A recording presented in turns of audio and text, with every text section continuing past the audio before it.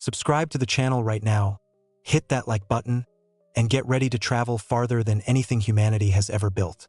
Two machines launched in 1977 are now farther from Earth than any human-made object has ever traveled. 13 billion miles into the void. Voyager 1 and Voyager 2 have crossed a boundary we thought would be silent. Instead, they detected something moving, something pushing back against our solar system. A wall of plasma denser than anything predicted, particles racing at impossible speeds, and a hum, a sound that should not exist in the vacuum of space. What Voyager found changes everything. Let's begin. The mission planners gave Voyager 1 a simple task. Fly past Jupiter, photograph Saturn, then drift into the dark. Nobody expected it to last 5 years, let alone 45. The spacecraft carried a gold record with sounds from Earth, messages in 55 languages, and images of human life. A time capsule meant for aliens who might find it millions of years from now. But the engineers built something more durable than they realized. Both Voyagers launched in 1977, taking advantage of a planetary alignment that happens once every 175 years. This gravitational assist allowed them to visit multiple worlds without carrying enough fuel to reach even one. Jupiter's gravity slung Voyager 1 toward Saturn. Saturn's gravity pushed it upward out of the flat plane where planets orbit. Voyager 2 took a different path, visiting Uranus and Neptune before heading downward into space. By the early 2000s, both craft had left the planets behind. They were entering a region scientists called the Termination Shock. This is where the solar wind, a stream of charged particles flowing from our star at 1 million miles per hour, begins to slow down. Think of it like a river meeting an ocean. The current keeps pushing, but something ahead resists. The first strange reading came from Voyager 1 in 2004. Scientists expected the solar wind to weaken gradually. Instead, the instruments showed wild fluctuations. The wind speed dropped, then surged, then dropped again. Over months, the pattern repeated. Something out there was pushing back in waves. Then the cosmic ray detectors started acting up. Cosmic rays are high-energy particles from outside our solar system, from exploding stars and colliding galaxies. They stream through space at nearly light speed. Earth's magnetic field and the solar wind normally shield us from most of them. But as Voyager traveled farther, scientists expected cosmic ray levels to rise smoothly. They did not. The levels spiked, then they fell. Then they spiked higher. The data made no sense. It was like watching a wall appear and disappear. Some invisible barrier was blocking these particles, then letting them through, then blocking them again. The engineers checked the instruments. Everything functioned normally. The readings were real.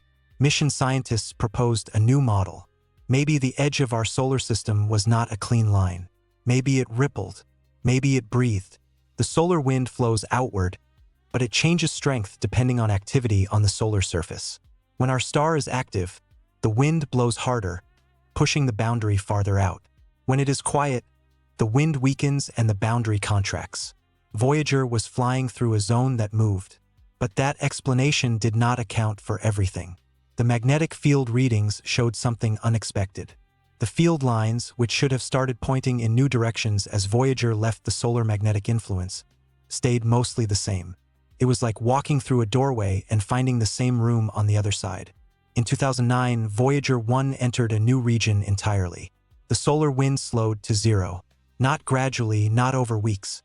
Within a few days, the outward flow stopped. The spacecraft now drifted in a zone where particles moved sideways, parallel to the boundary. Scientists called it the magnetic highway, a corridor where solar and interstellar particles could flow in both directions. This region was never predicted. Every model of the heliosphere, the bubble of solar influence around our star system, showed a simple boundary. Inside, solar wind. Outside, interstellar space. But Voyager found a third zone, a buffer, a place where two cosmic environments mixed and fought for dominance. What lay beyond this highway, no one knew. But Voyager kept transmitting, and the data kept getting stranger. Temperature in space is a strange concept. There is no air to feel hot or cold, but particles have temperature based on how fast they move. Voyager's instruments measured this by detecting particle speed and energy. In the solar wind region, temperatures reached around 100,000 degrees, hot enough to vaporize any material instantly. Yet the plasma was so thin that a human would freeze to death in seconds. Heat requires density, and space has almost none. As Voyager 1 moved into the magnetic highway, scientists expected temperatures to drop.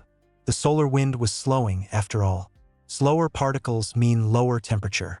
Basic physics. But the readings showed the opposite. Temperatures climbed. In some measurements, they jumped to over 250,000 degrees, higher than anything recorded closer to Earth. The data caused arguments among the mission team. Some thought the instruments were failing. 40 years in space, bombarded by radiation, subjected to temperature swings from -270 degrees to boiling. The sensors had every reason to malfunction. But cross-checking with other instruments showed consistency. The readings were accurate. Then Voyager 2, traveling through a different region billions of miles away, reported the same thing. Higher temperatures at the boundary. This eliminated the instrument failure theory. Both spacecraft, with different trajectories and separate systems, detected the same phenomenon. The explanation involved physics most people never consider. When the solar wind collides with the interstellar medium, the particles do not just stop. They compress. They pile up. Imagine cars on a highway hitting sudden traffic. The kinetic energy has to go somewhere. Converts to heat. The boundary region becomes a zone of extreme compression where particles slam into each other millions of times per second. But there was another factor: magnetic reconnection. This happens when magnetic field lines from different sources cross and snap, releasing enormous energy. Think of it like rubber bands stretched tight, then suddenly breaking. The energy does not disappear. It heats the surrounding plasma to extreme temperatures. At the edge of our solar system, field lines from the solar magnetic field meet field lines from interstellar space. They tangle, they break, they release energy constantly. Voyager detected bursts of this reconnection. The temperature would spike over hours, then settle, then spike again. Each burst was like a small explosion, though spread across millions of miles. These events accelerated particles to incredible speeds, sending them racing in all directions. The temperature readings also revealed something about the medium itself. Interstellar space is not uniform. It has clouds. Some regions are dense with hydrogen gas. Others are nearly empty. Voyager appeared to be approaching a denser region, which would naturally increase particle collisions and temperature.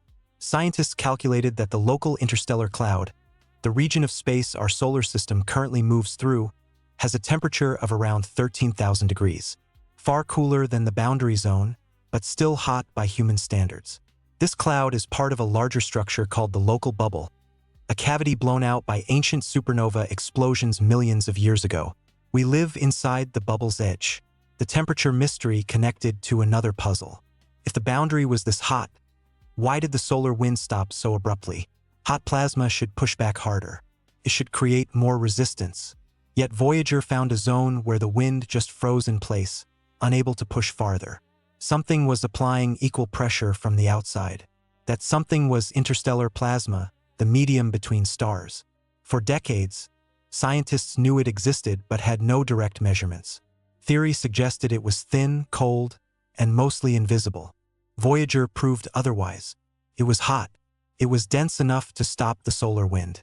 And it carried its own magnetic field, one that fought against our solar system's influence.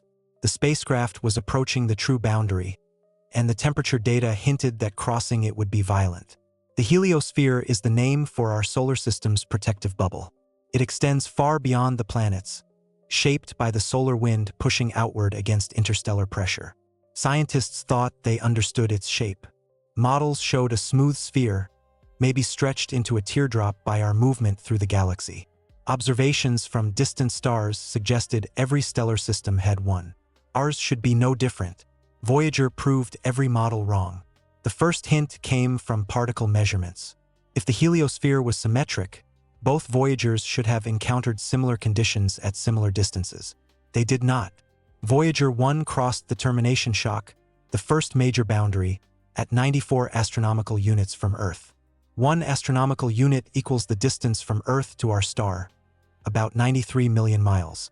Voyager 2 crossed at 84 astronomical units, 10 astronomical units closer. That difference represents nearly 1 billion miles. a massive gap that no model predicted. The reason involved the interstellar magnetic field. Our solar system moves through the galaxy at 43,000 miles per hour. We orbit the galactic center, taking 230 million years to complete one circuit. As we move, the interstellar medium does not part. It pushes against the heliosphere like wind against a balloon.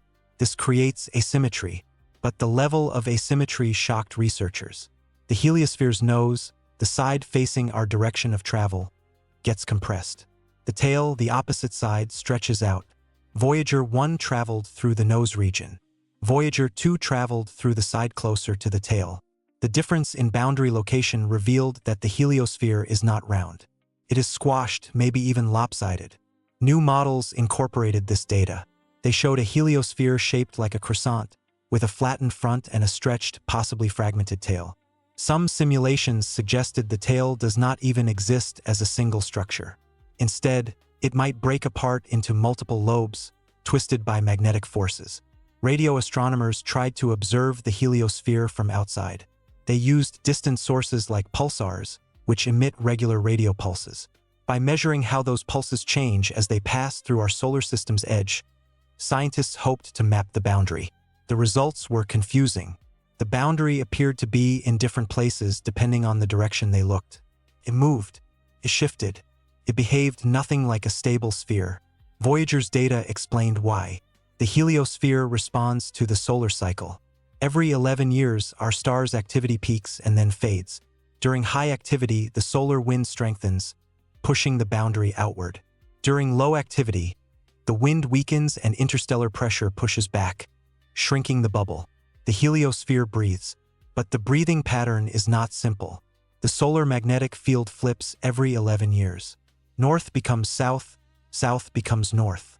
This flip sends shock waves through the heliosphere, disrupting the boundary for months. Voyager detected these disruptions as sudden changes in particle density and magnetic field direction. The edge of our solar system is not stable. It is a war zone where two environments constantly battle. The shape also affects cosmic ray entry. Cosmic rays do not penetrate the heliosphere evenly. They enter more easily through the nose where the magnetic field is compressed and can create gaps. They enter less easily through the tail where the magnetic field lines stretch and tangle, forming a better shield. This means Earth experiences varying cosmic ray levels depending on where the heliosphere boundary is at any given time. Scientists realized that if our protective bubble has this shape, it has been exposing Earth to more radiation during certain eras. When the solar cycle is weak and the heliosphere shrinks, cosmic rays flood in. These particles can affect cloud formation in our atmosphere. They can damage satellites. They may even influence mutation rates in living organisms over millions of years. Voyager's measurements forced a complete rethinking of how stars and their environments interact. Every star system with a stellar wind creates a heliosphere, but their shapes depend on countless factors. The star's strength, the density of surrounding space, the direction of travel, the local magnetic field. No two are alike. Our bubble is stranger than anyone imagined.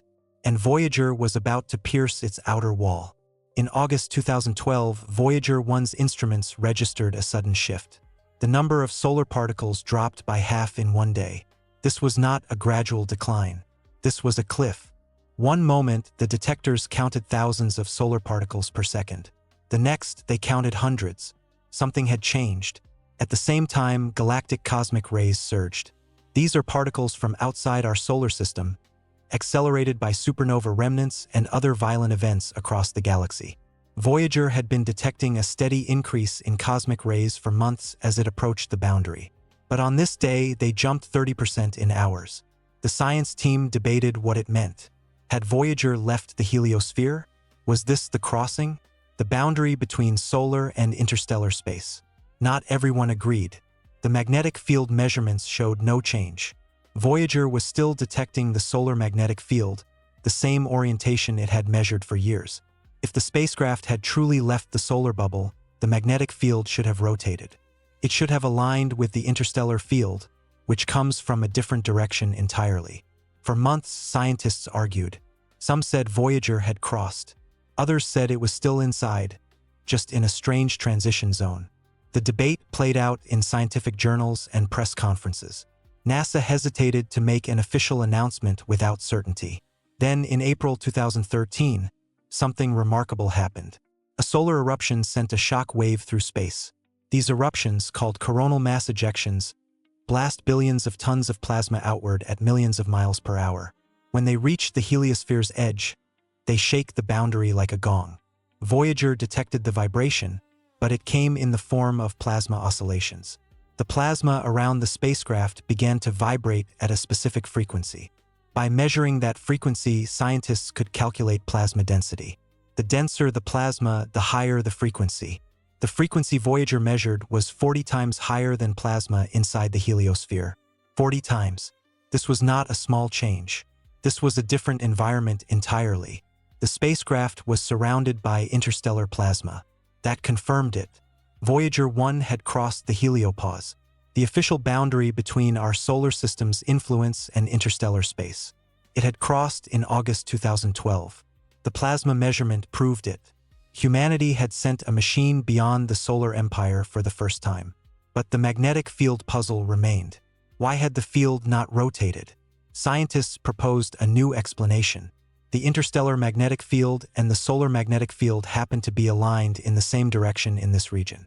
By cosmic coincidence, they pointed the same way. This meant Voyager could not detect the change by field orientation alone. Only plasma density revealed the truth. Later measurements from Voyager 2, which crossed the heliopause in November 2018, showed a different story. When Voyager 2 crossed, the magnetic field did rotate. It shifted direction over days, aligning with the interstellar field. This confirmed that Voyager 1's crossing was unusual. The two craft exited through different parts of the boundary with different local conditions. The crossing itself happened over a region about 3 astronomical units thick. Not a sharp line, but a turbulent zone where solar and interstellar influences mixed. Particles from both sides swirled together. Magnetic field lines tangled. Energy released in bursts. Voyager spent weeks in this transition, instruments recording every fluctuation. What surprised scientists most was how active the boundary was. They expected a calm interface. Instead, they found chaos. Waves propagated through the plasma constantly. Particles accelerated to high energies. The boundary rippled and shifted by billions of miles depending on solar activity. This had implications for other star systems. If our heliosphere's edge is this dynamic, then every stellar boundary is probably similar. A churning, energetic interface where two cosmic environments collide. Not a wall, but a battlefield. Voyager 1 now travels through the local interstellar medium, the material between stars in our region of the galaxy. It has entered a realm no human-made object has ever explored, and its instruments continue to transmit data, one bit at a time, from the other side. Cosmic rays are the universe's artillery. They are atomic nuclei stripped of electrons, accelerated to nearly light speed by shock waves from dying stars. When they strike Earth's atmosphere, they shatter into cascades of secondary particles. A single cosmic ray can trigger a shower of millions of particles reaching the ground. They have enough energy to flip bits in computer memory, damage DNA, and create flashes of light in astronauts' eyes. The heliosphere shields us from most of them. The solar wind and its magnetic field deflect lower-energy cosmic rays, bending their paths away from the inner solar system. Only the most energetic ones punch through. This protection is why life thrives on Earth. Without it, surface radiation levels would be far higher. Evolution might have taken a different path or stalled entirely. Voyager's mission included cosmic ray detectors. These instruments count the number of particles hitting the spacecraft and measure their energy. As Voyager traveled outward, the count slowly increased. Closer to Earth, it detected around 100 million cosmic rays per square meter per second. At the Termination Shock, that number doubled. Scientists predicted it would keep rising until Voyager left the heliosphere entirely. But the data did not follow predictions. The cosmic ray count rose, then plateaued, then rose again. It behaved like a staircase instead of a ramp. Each step corresponded to Voyager entering a new region with different shielding properties. The Termination Shock was one step. The magnetic highway was another. The heliopause was the final step. After crossing the heliopause, cosmic ray levels jumped to around 900 million particles per square meter per second, nearly 9 times higher than near Earth. This is the background radiation level of interstellar space. Everything beyond the heliosphere experiences this bombardment constantly. The energy spectrum of the cosmic rays also changed. Inside the heliosphere, Voyager detected mostly lower energy particles. Outside, it detected the full range, including ultra-high-energy cosmic rays with energies exceeding billions of electron volts. These particles carry so much energy that a single one hitting a human cell could cause catastrophic damage. Scientists analyzed where these cosmic rays come from. Most originate in supernova remnants within our galaxy. When a massive star explodes, it creates a shock wave that expands for thousands of years. This shock wave accelerates particles to enormous speeds. The Milky Way galaxy contains around 300 billion stars. Hundreds of them explode every century. Each explosion seeds the galaxy with cosmic rays. Some cosmic rays come from even farther away. Extragalactic cosmic rays originate in other galaxies, possibly from supermassive black holes or colliding galaxy clusters. These are the rarest and most energetic. Voyager detected a handful, confirming they can reach our local interstellar region. The cosmic ray data revealed something important about the heliosphere's shape. Cosmic rays do not penetrate evenly. They enter more easily through regions where the magnetic field is weak or tangled. The nose of the heliosphere, compressed by our motion through space, has a stronger magnetic field and blocks more cosmic rays. The tail, stretched and possibly fragmented, offers less protection. This means Earth's cosmic ray exposure varies over time. When the heliosphere shrinks during solar minimum, more cosmic rays reach the inner solar system. When it expands during solar maximum, fewer get through. Historical records show correlations between solar cycles and cosmic ray levels measured on Earth. Some scientists propose that cosmic ray variations affect Earth's climate. The theory suggests that cosmic rays seed cloud formation by ionizing the atmosphere. More cosmic rays mean more clouds. More clouds mean cooler temperatures. This remains controversial, but Voyager's data provides the baseline measurements needed to test such ideas. Voyager also detected something unexpected. The cosmic ray count fluctuated over days and weeks even in interstellar space. This means the local interstellar medium is not uniform. There are clouds and voids. Some regions have higher particle density, which blocks cosmic rays. Others are emptier, allowing more through. Voyager is flying through this structure, encountering different environments as it goes. The spacecraft now travels through a shooting gallery. Cosmic rays strike it constantly. Each hit deposits a tiny amount of energy, slowly degrading the instruments and electronics. But the systems are robust. They were designed to survive Jupiter's radiation belts, which are far more intense. In interstellar space, Voyager endures. Light takes over 21 hours to travel from Voyager 1 to Earth. That means every command sent to the spacecraft has a 42-hour round-trip delay. Send an instruction. Wait 21 hours for it to arrive. Wait 21 more to confirm it worked. This communication lag makes every decision critical. There are no quick fixes, no emergency interventions. If something goes wrong, Voyager must handle it alone for almost 2 days before ground controllers even know. The spacecraft transmits at 23 watts. That is less power than a refrigerator light bulb.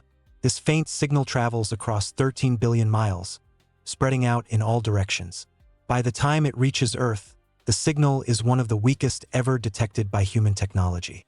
Only the massive dish antennas of the Deep Space Network can pick it up. Those antennas are scattered across the planet.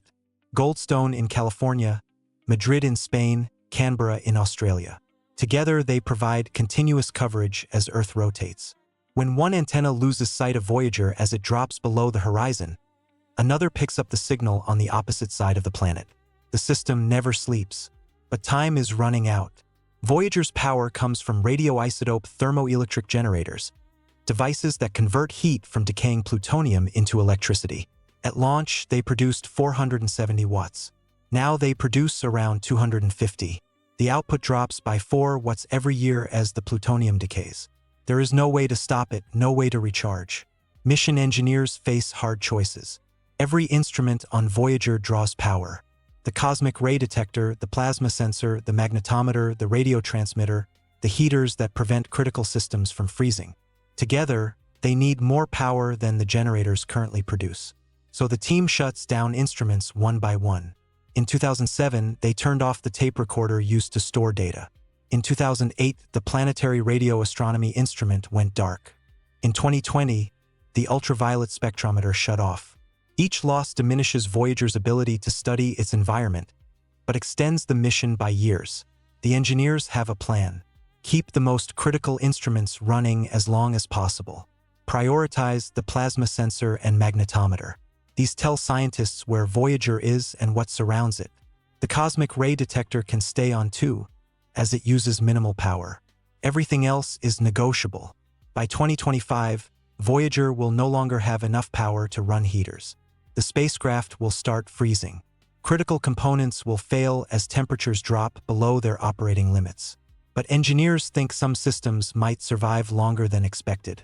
Voyager has already endured colder temperatures than designed for. Maybe it can go colder still. The absolute deadline comes around 2035. By then, the generators will produce too little electricity to power any instruments.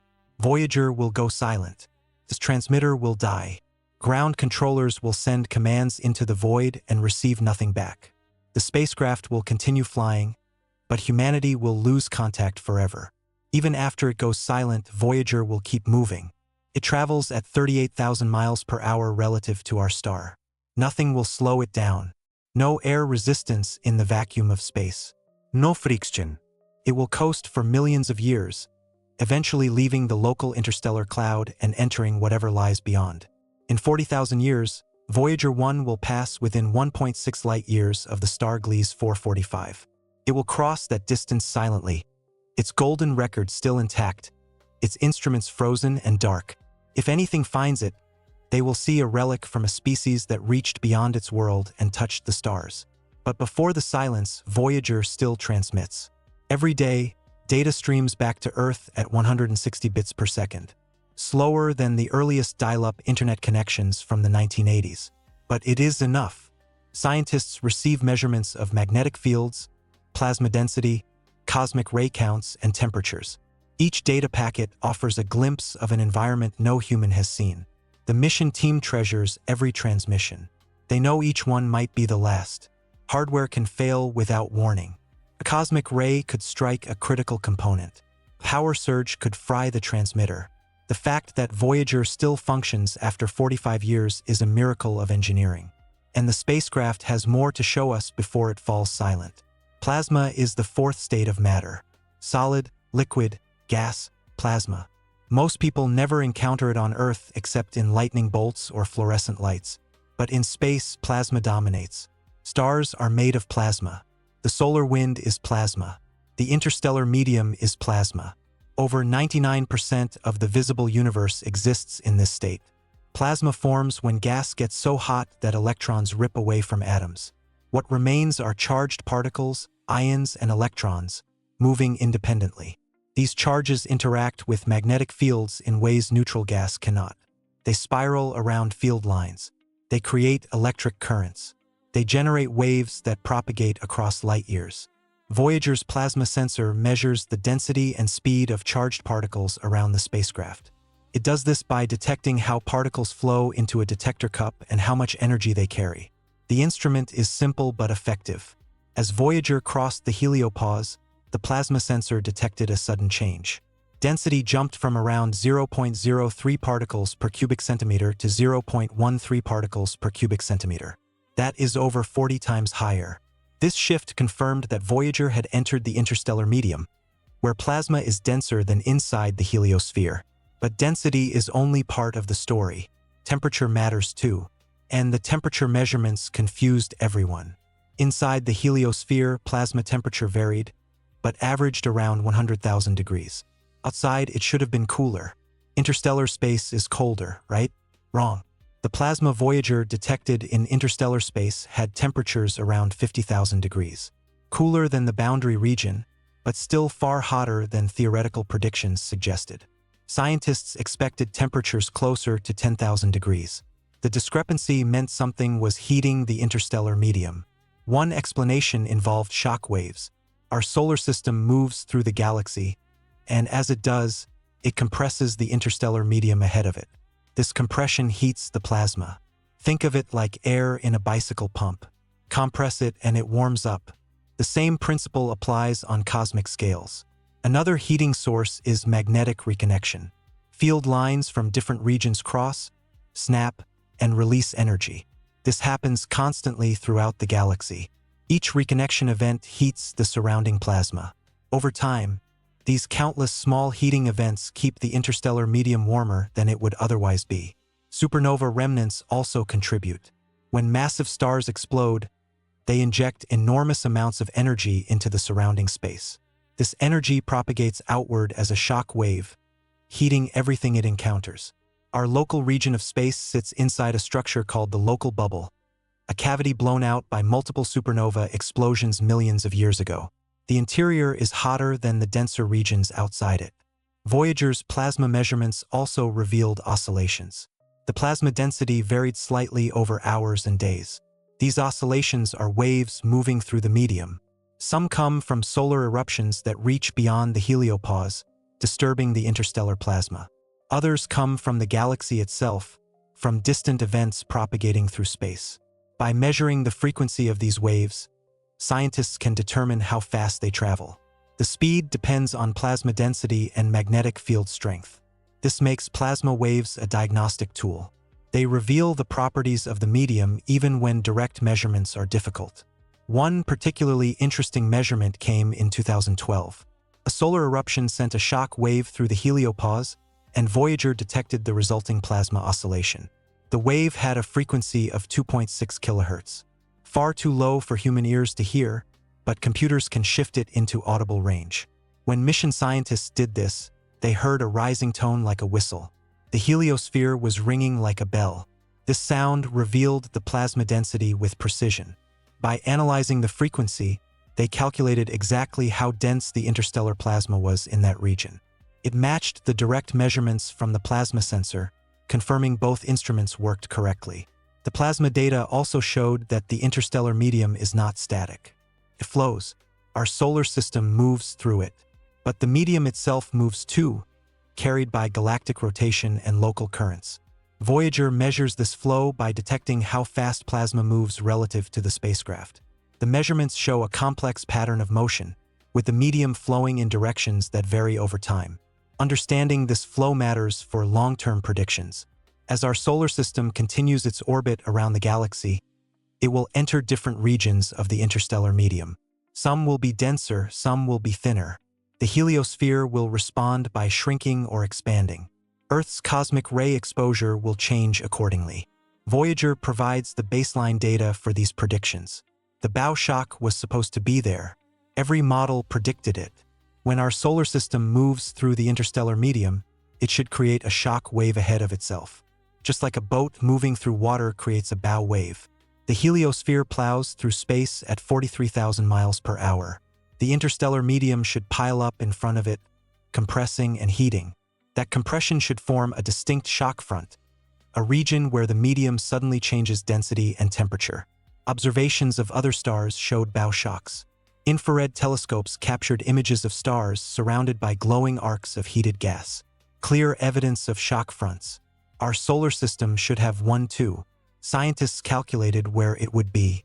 About 230 astronomical units from our star, roughly twice the distance where Voyager crossed the heliopause. But Voyager detected nothing. No sudden jump in pressure, no temperature spike, no density change that indicated a shock front. The spacecraft flew through the region where the bow shock should exist and measured only gradual variations. At first, scientists thought Voyager simply missed it. Space is vast. The bow shock might curve around the heliosphere, and Voyager's trajectory could have passed through a gap. But as time went on and the data accumulated, a different conclusion emerged. The bow shock does not exist, at least not in the way models predicted. The reason involves the local interstellar medium. Our solar system currently travels through a relatively empty region called the local fluff. This is a cloud of gas with low density, around 0.3 atoms per cubic centimeter. That is 100 times less dense than the densest interstellar clouds. For a bow shock to form, the medium must be dense enough to pile up and compress. If the medium is too thin, the solar system just passes through it without creating a shock. It is like the difference between running through water versus running through air. Water resists and creates waves. Air barely resists at all. The local fluff is borderline. Dense enough to create some compression, but not dense enough for a sharp shock front. Instead, Voyager detected what scientists now call a bow wave. A gentle increase in density and pressure over a vast region, spread across billions of miles rather than concentrated in a narrow boundary. This discovery forced a revision of heliosphere models. The solar system's interaction with its environment depends heavily on local conditions. When we pass through denser regions of the galaxy, a bow shock will form. When we pass through thinner regions, it will not. We happen to be in a thin region now, but this will change. Our solar system orbits the galaxy, and over millions of years, it encounters different environments. Around 10,000 years ago, we exited a denser cloud called the local interstellar cloud.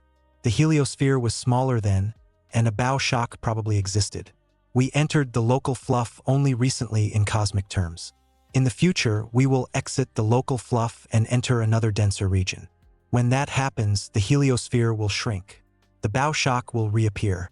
Cosmic ray levels reaching Earth will increase. This transition might happen in the next few tens of thousands of years. Though exact timing is uncertain, scientists now understand that the heliosphere is not a fixed structure. It is dynamic, constantly adjusting to the surrounding medium. The boundary moves, the shape changes, the bow shock comes and goes. Voyager happened to fly through during a time when the shock is absent or weak. Other star systems experience the same variability.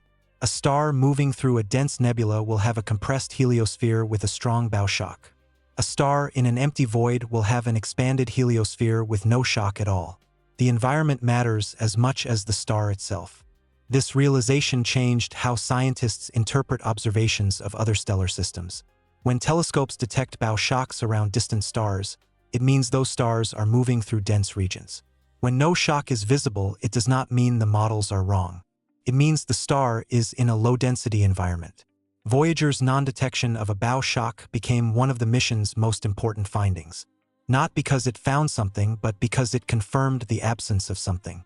And in science, sometimes what is not there tells you as much as what is. The spacecraft continues flying. Where the bow shock should have been, space extends unbroken. And Voyager keeps measuring. Pressure is not a concept most people associate with the vacuum of space. But space is not truly empty. Contains particles, even if only a few per cubic centimeter. Those particles move. They collide. And collectively, they exert pressure. The solar wind creates pressure.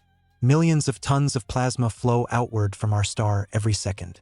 This wind pushes against anything in its path. It inflates the heliosphere like air inflates a balloon. The pressure is tiny by Earth standards, around a billionth of atmospheric pressure at sea level. But over vast distances, it matters. The interstellar medium also creates pressure. Particles in the space between stars move at different speeds in different directions, creating a kind of gas pressure. This presses inward on the heliosphere from all sides. The boundary between solar and interstellar space is where these two pressures balance, where the outward push of the solar wind equals the inward push of the interstellar medium. Voyager measured both. Inside the heliosphere, instruments detected the ram pressure of the solar wind particles striking the spacecraft. Outside, they measured the thermal pressure of the interstellar plasma. The transition happened over days as Voyager crossed the heliopause. Pressure from the solar wind dropped to nearly zero. Pressure from the interstellar medium increased to around 3 × 10 to the -13th pascals. That number means nothing to most people. To put it in perspective, atmospheric pressure at Earth's surface is around 100,000 pascals. The interstellar medium has a trillionth of that. But in the context of space, it is significant. It is enough pressure to compress the heliosphere, enough to push the boundary inward when the solar wind weakens. Scientists had debated for decades whether interstellar pressure was uniform or variable. Voyager's data answered this. The pressure varies. Some regions of the local interstellar medium are denser and exert more pressure. Others are thinner and exert less. As our solar system moves through these regions, the heliosphere expands and contracts in response. The pressure imbalance also explains the heliosphere's asymmetric shape. The nose, facing our direction of travel through the galaxy, encounters higher pressure because we are moving into the medium. The tail, facing backward, encounters lower pressure because we are moving away from it. This creates a teardrop shape, compressed in front and stretched behind. But there is more complexity. Magnetic fields add another form of pressure. Magnetic pressure pushes outward when field lines are compressed. The solar magnetic field and the interstellar magnetic field both contribute. Where field lines pile up, pressure increases. Where they spread out, pressure decreases. At the heliopause, these magnetic pressures fight. The solar field tries to push outward. The interstellar field tries to push inward. Neither wins completely. Instead, they create a turbulent boundary layer where the fields tangle and reconnect, releasing energy. Voyager's magnetometer detected this turbulence. The magnetic field strength fluctuated wildly near the heliopause, varying by factors of 2 or 3 over hours. These fluctuations are magnetic pressure waves, ripples propagating through the boundary layer. They shake the entire structure, causing it to ripple and pulse.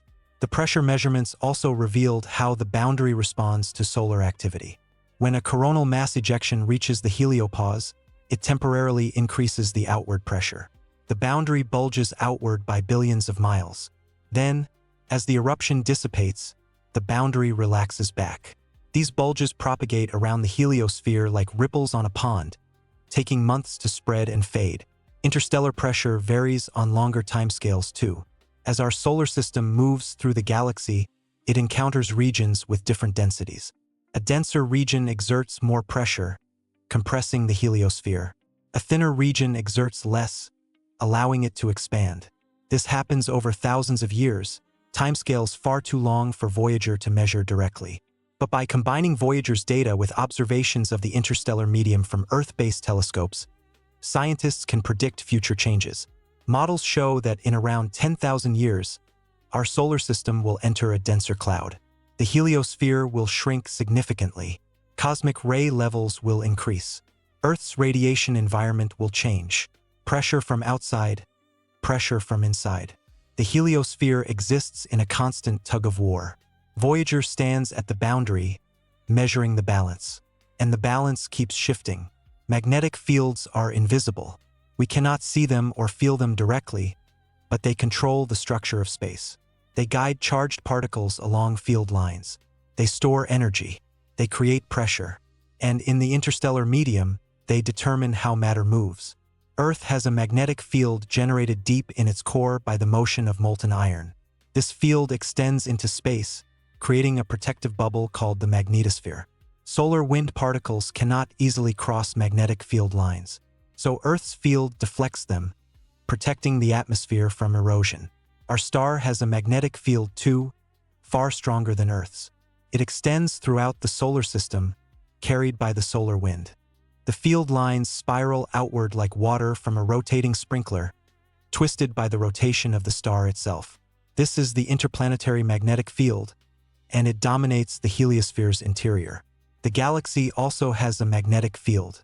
It threads through the space between stars, aligned roughly with the galactic spiral arms. This field is weak, around 1/millionth the strength of Earth's field. But over light-year distances, it shapes clouds of gas and guides cosmic rays. Voyager's magnetometer measures field strength and direction. Inside the heliosphere, it detected the interplanetary magnetic field. The strength varied but averaged around 0.1 nanotesla. The direction spiraled as expected, tracing the twisted geometry of the solar wind.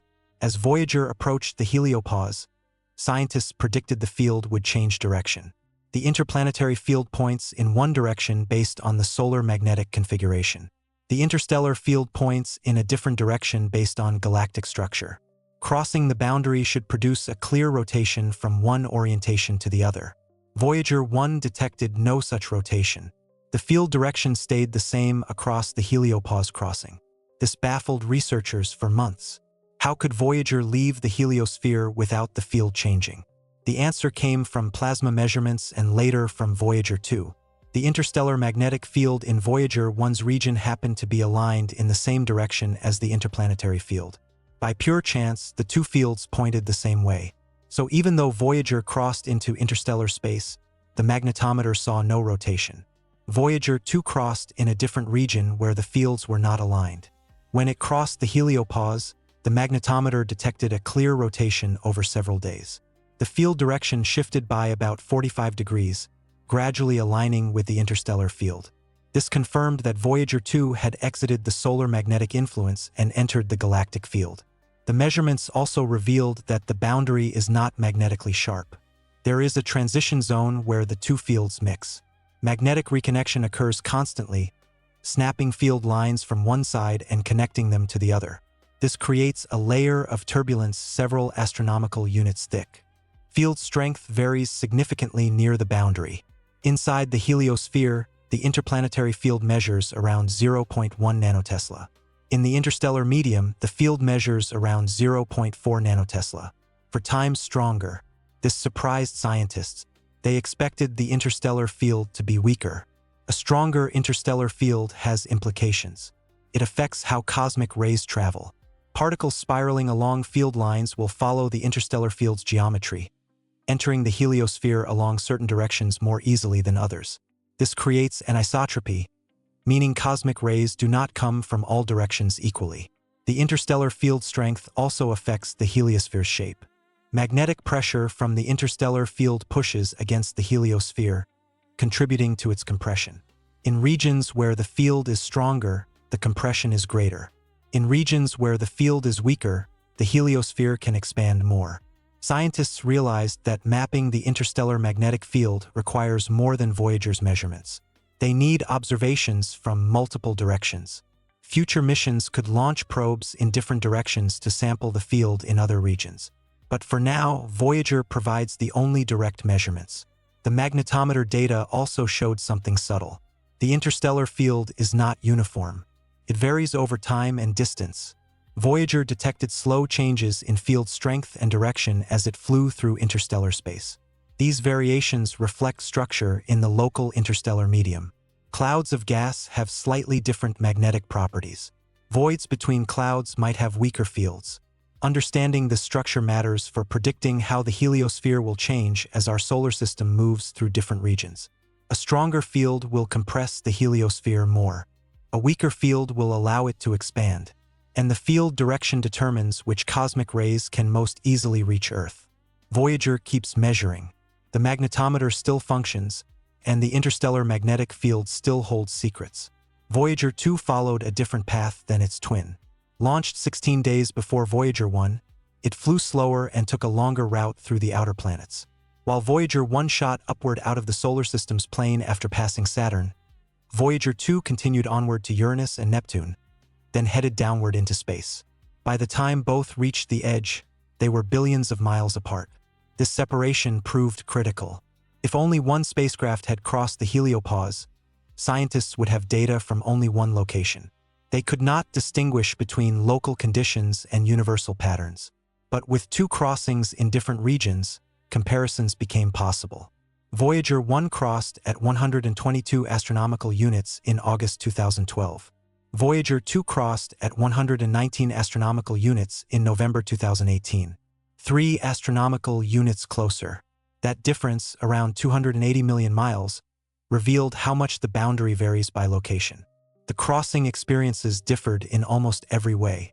Voyager 1 detected a gradual increase in cosmic rays over months before the final jump. Voyager 2 detected a sharper transition, with cosmic ray levels jumping more abruptly. Voyager 1 saw no change in magnetic field direction. Voyager 2 saw a clear rotation. Temperature measurements also differed. Voyager 1 encountered extremely hot plasma near the boundary, with temperatures exceeding 250,000 degrees. Voyager 2 detected cooler plasma around 100,000 degrees. This suggested the boundary has hot spots and cool spots, regions where reconnection heats the plasma more intensely. Plasma density showed similar variation. Voyager 1 measured an interstellar plasma density of around 0.13 particles per cubic centimeter. Voyager 2 measured 0.09 particles per cubic centimeter. Lower density means lower pressure, which partly explains why Voyager 2 crossed closer to our star. The boundary pushed inward in that region. Solar activity also played a role. When Voyager 1 crossed, the solar cycle was approaching maximum activity. Solar wind strength was relatively high, pushing the boundary outward. When Voyager 2 crossed, the solar cycle was declining toward minimum. Weaker solar wind meant the boundary had contracted. But the timing difference was 6 years. In those 6 years, the solar cycle completed half its period. The heliosphere breathed in and out. The boundary moved billions of miles inward. Voyager 2 happened to cross during that contraction, encountering the heliopause. This taught scientists that no two crossings will ever be identical. The boundary is not a fixed location. It responds to solar activity, interstellar pressure, and local magnetic field variations. Any spacecraft leaving the heliosphere will encounter unique conditions depending on where and when it crosses. The two Voyagers also detected different fine structure near the boundary. Voyager 1 spent about a month in the transition zone, with instruments showing mixed signals from solar and interstellar influences. Voyager 2 spent only a few days in transition. The boundary was sharper in that location, compressed by external factors. Scientists debated why. One theory suggested that Voyager 2 crossed through a region where the interstellar magnetic field was stronger, creating more compression and a thinner boundary layer. Another theory proposed that solar activity had created a temporary bulge in the boundary near Voyager 1, stretching the transition zone. Both spacecraft also detected different levels of turbulence. Voyager 1 measured wild fluctuations in magnetic field strength near the heliopause, with values changing by factors of 2 or 3 over hours. Voyager 2 measured more stable fields with smaller fluctuations. This implied that some regions of the boundary are more chaotic than others. Comparing the two crossings allowed scientists to separate universal features from local anomalies. Universal features seen by both spacecraft include the increase in cosmic rays, the increase in plasma density, and the change from solar to interstellar magnetic influence. Local anomalies include the exact distance of the crossing, the temperature of the boundary plasma, and the sharpness of the transition. This distinction matters for building accurate models. Models must account for variability. They cannot assume the heliosphere has a fixed shape or that the heliopause is uniform. Reality is Messier. The boundary ripples, it shifts. It responds dynamically to forces from both sides. Future missions will need multiple spacecraft to map the heliosphere properly. 1 or 2 are not enough. Dozens might be needed to capture the full three-dimensional structure and its time evolution. Voyager gave us 2 points, but a sphere requires far more. For now, those 2 points are all humanity has, and they tell a story of a boundary far more complex than anyone imagined. Before Voyager, scientists made predictions. They used the best physics available. They ran computer simulations. They extrapolated from data gathered near Earth. And they were wrong about almost everything. They predicted the termination shock would be at 90 astronomical units. Voyager 1 found it at 94. Voyager 2 found it at 84. A 10-unit discrepancy. Models did not account for the asymmetry caused by the interstellar magnetic field and our motion through the galaxy. They predicted cosmic ray levels would increase smoothly as Voyager traveled outward. Instead, the levels rose in steps with plateaus in between. The magnetic highway region where cosmic rays could flow along field lines parallel to the boundary was not in any model. No one expected it. They predicted the heliopause would be a thin boundary, maybe a few million miles thick. Voyager found a transition zone stretching across hundreds of millions of miles. The boundary is not a wall. It is a frontier, a region where two environments battle for dominance. They predicted the bow shock would exist at around 230 astronomical units, a clear shock wave formed by our motion through the interstellar medium. Voyager detected no bow shock. The local interstellar medium is too thin to create one. The models assumed average galactic density. Reality is far from average. They predicted temperatures in interstellar space would be cooler than inside the heliosphere. Voyager found the opposite near the boundary. Magnetic reconnection and compression create hot zones where plasma reaches extreme temperatures. The boundary is not calm. It is energetic. They predicted the magnetic field would rotate clearly when Voyager crossed into interstellar space. Voyager 1 detected no rotation. By cosmic coincidence, the solar and interstellar fields aligned. Voyager 2 detected the rotation 6 years later. One data point would have led to wrong conclusions. 2 revealed the truth. They predicted the heliosphere was roughly spherical, maybe elongated slightly by our motion. Models now show it is asymmetric, compressed in front, stretched behind, possibly fragmented in the tail. Shape matters. It affects how cosmic rays enter and where Earth is most exposed. They predicted the solar wind would dominate out to a predictable distance. But the distance changes by billions of miles depending on solar activity and interstellar conditions. The heliosphere breathes. It swells and shrinks over 11-year cycles and longer timescales. Every prediction that failed taught something valuable. Science advances not just when predictions are confirmed, but when they are overturned. Wrong predictions reveal gaps in understanding. They force new theories. They lead to better models. Voyager's data spawned a generation of new heliosphere research. Scientists went back to first principles. They incorporated magnetic reconnection into models. They added asymmetry. They included time dependence. They accounted for the local interstellar clouds' properties. The new models match Voyager's data far better. But even the new models are incomplete. They make assumptions about regions Voyager has not yet reached. They extrapolate from 2 data points when dozens are needed. They simplify physics to make calculations possible. Reality is always more complex than models. Future missions will test these new predictions. NASA has considered an interstellar probe, a spacecraft designed specifically to study the heliosphere and beyond. It would fly faster than Voyager, reaching the heliopause in 15 years instead of 40. It would carry more advanced instruments. It would target specific regions to answer questions Voyager raised but cannot fully resolve. Such a mission would also fly in a different direction, providing a third data point. With 3 widely separated measurements, scientists could begin to map the heliosphere's 3-dimensional structure. They could test whether the tail is truly fragmented. They could measure the bow wave in different directions. They could determine if the hot zones Voyager detected are common or rare. The challenge is funding and technology. Building a spacecraft that can survive for decades and transmit from interstellar distances requires resources and commitment. Voyager cost around $800 million in today's money. An interstellar probe would cost several billion. Governments must decide if the science justifies the expense. Meanwhile, Voyager continues to provide data. Every transmission corrects old assumptions and challenges new ones. The spacecraft is a flying laboratory, reporting from a place no human-made object has ever been. It does this with instruments designed in the 1960s and 70s. Technology from before personal computers, before the internet, before modern smartphones. That obsolete technology is rewriting our understanding of the cosmos, one bit at a time, one surprise at a time. And every surprise makes the universe a little stranger. Humans tend to think of space as uniform. A vacuum is a vacuum. Empty is empty. But Voyager proved otherwise. Space has structure, textures, boundaries. And even within interstellar space, conditions vary dramatically from place to place. The local interstellar cloud where our solar system currently resides is not a single homogeneous entity. It is a collection of filaments, knots, and voids.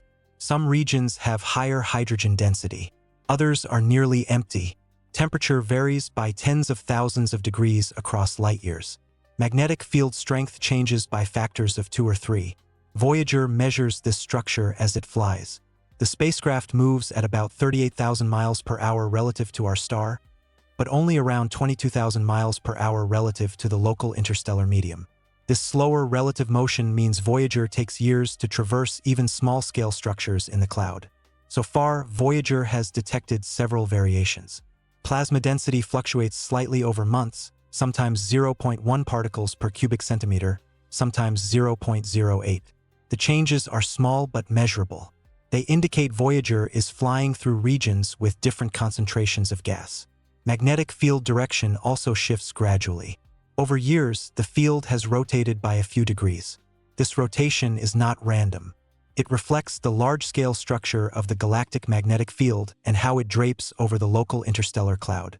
The field lines curve and twist, following the flow of gas through the galaxy. Temperature measurements show a cooling trend. Near the heliopause, plasma temperatures were around 50,000 degrees. Farther out, temperatures have dropped to around 40,000 degrees. This suggests Voyager is moving away from the hot boundary region and into cooler interstellar space. But the cooling is not smooth. There are spikes, brief periods where temperature increases for days before dropping again. These spikes might be shock waves from distant sources propagating through the medium. or they might be local heating events caused by magnetic reconnection or particle acceleration. Cosmic ray levels also vary. Most of the time, Voyager detects around 900 million cosmic rays per square meter per second. But occasionally, the count drops by 10 or 20% for weeks, then recovers. These dips suggest Voyager is passing through denser regions where cosmic rays are partially blocked. The structure Voyager measures is tiny compared to the galaxy. The local interstellar cloud is about 30 light-years across. Voyager has traveled less than 1% of 1 light-year into it. At current speed, crossing the entire cloud would take hundreds of thousands of years. But even within this small region, Voyager detects meaningful variation. Scientists compare Voyager's measurements to observations from Earth-based telescopes. Radio telescopes can detect emissions from hydrogen gas in the local cloud. Infrared telescopes can map dust. Ultraviolet telescopes can measure absorption lines from atoms between us and distant stars. Each technique provides a different view of the same region. Combining Voyager's in-situ measurements with remote observations gives a more complete picture. The local cloud is elongated, stretched along the galactic plane. Its density is higher along certain lines of sight. Its temperature is not uniform. Magnetic fields trace complex patterns through it. This detailed mapping matters for understanding Earth's cosmic environment. As our solar system moves through the cloud, the heliosphere responds. When we enter denser regions, the heliosphere shrinks. When we enter thinner regions, it expands. These changes affect cosmic ray exposure on Earth. Some scientists propose that transitions between interstellar clouds can trigger ice ages. When our solar system exits one cloud and enters another, the heliosphere undergoes rapid changes. Cosmic ray levels spike. More cosmic rays reach Earth's atmosphere. Some theories suggest this increases cloud cover, reflecting more sunlight and cooling the planet. The evidence for this idea is debated. Ice ages have many causes: orbital variations, volcanic activity, ocean currents. Teasing out the contribution from cosmic rays is difficult. But Voyager's data provides the baseline measurements needed to test the hypothesis. Other implications involve radiation hazards for future space exploration. If humanity ever sends missions to nearby stars, those missions will traverse interstellar clouds similar to the one Voyager measures. Understanding the radiation environment is essential for protecting astronauts and electronics. Voyager is humanity's first probe into this environment. It is mapping the wilderness between stars. And the wilderness is not empty. It is filled with structure, energy, and processes we are only beginning to understand. Every instrument on Voyager was built in the 1970s. Engineers used vacuum tubes for some circuits. Transistors were hand-soldered. Computer memory was magnetic tape. Data storage was 8-track. The entire onboard computer has 68 kilobytes of memory. A modern smartphone has billions. Yet this ancient technology still functions. 45 years in space, temperatures swinging from boiling to near absolute zero, radiation bombardment from cosmic rays, micrometeorite impacts, no maintenance, no repairs, and Voyager transmits. The spacecraft is a masterpiece of engineering simplicity. Redundancy built into every critical system. 2 radio transmitters in case one fails. 2 computers that can back each other up. Instruments shielded by the spacecraft's body. Power systems designed to degrade slowly and predictably. The key is the radioisotope thermoelectric generators. Plutonium-238 decays with a half-life of 87.7 years. The decay produces heat. Thermocouples convert heat to electricity. No moving parts, no chemical reactions that can run out, just physics, steady and reliable.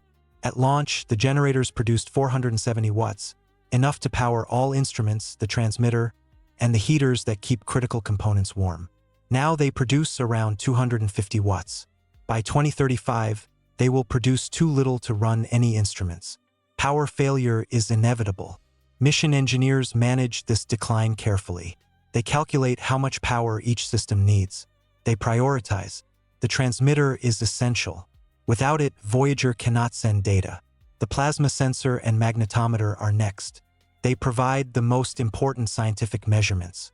The cosmic ray detector uses minimal power, so it stays on. Everything else is negotiable. In 2012, engineers shut down heaters for some instruments. Those instruments got colder but kept working. In 2020, they shut down more instruments to conserve power. Each shutdown buys extra years of operation for the remaining systems. The spacecraft's attitude control is another challenge. Voyager must keep its antenna pointed at Earth.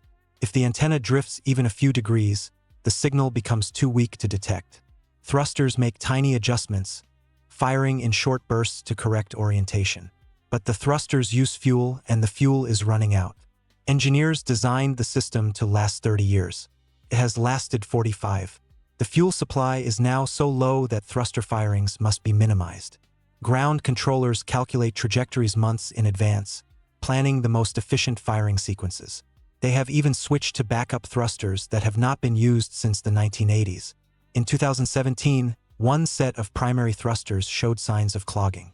Decades of residue buildup reduced their efficiency. Engineers activated thrusters that had been dormant for 37 years.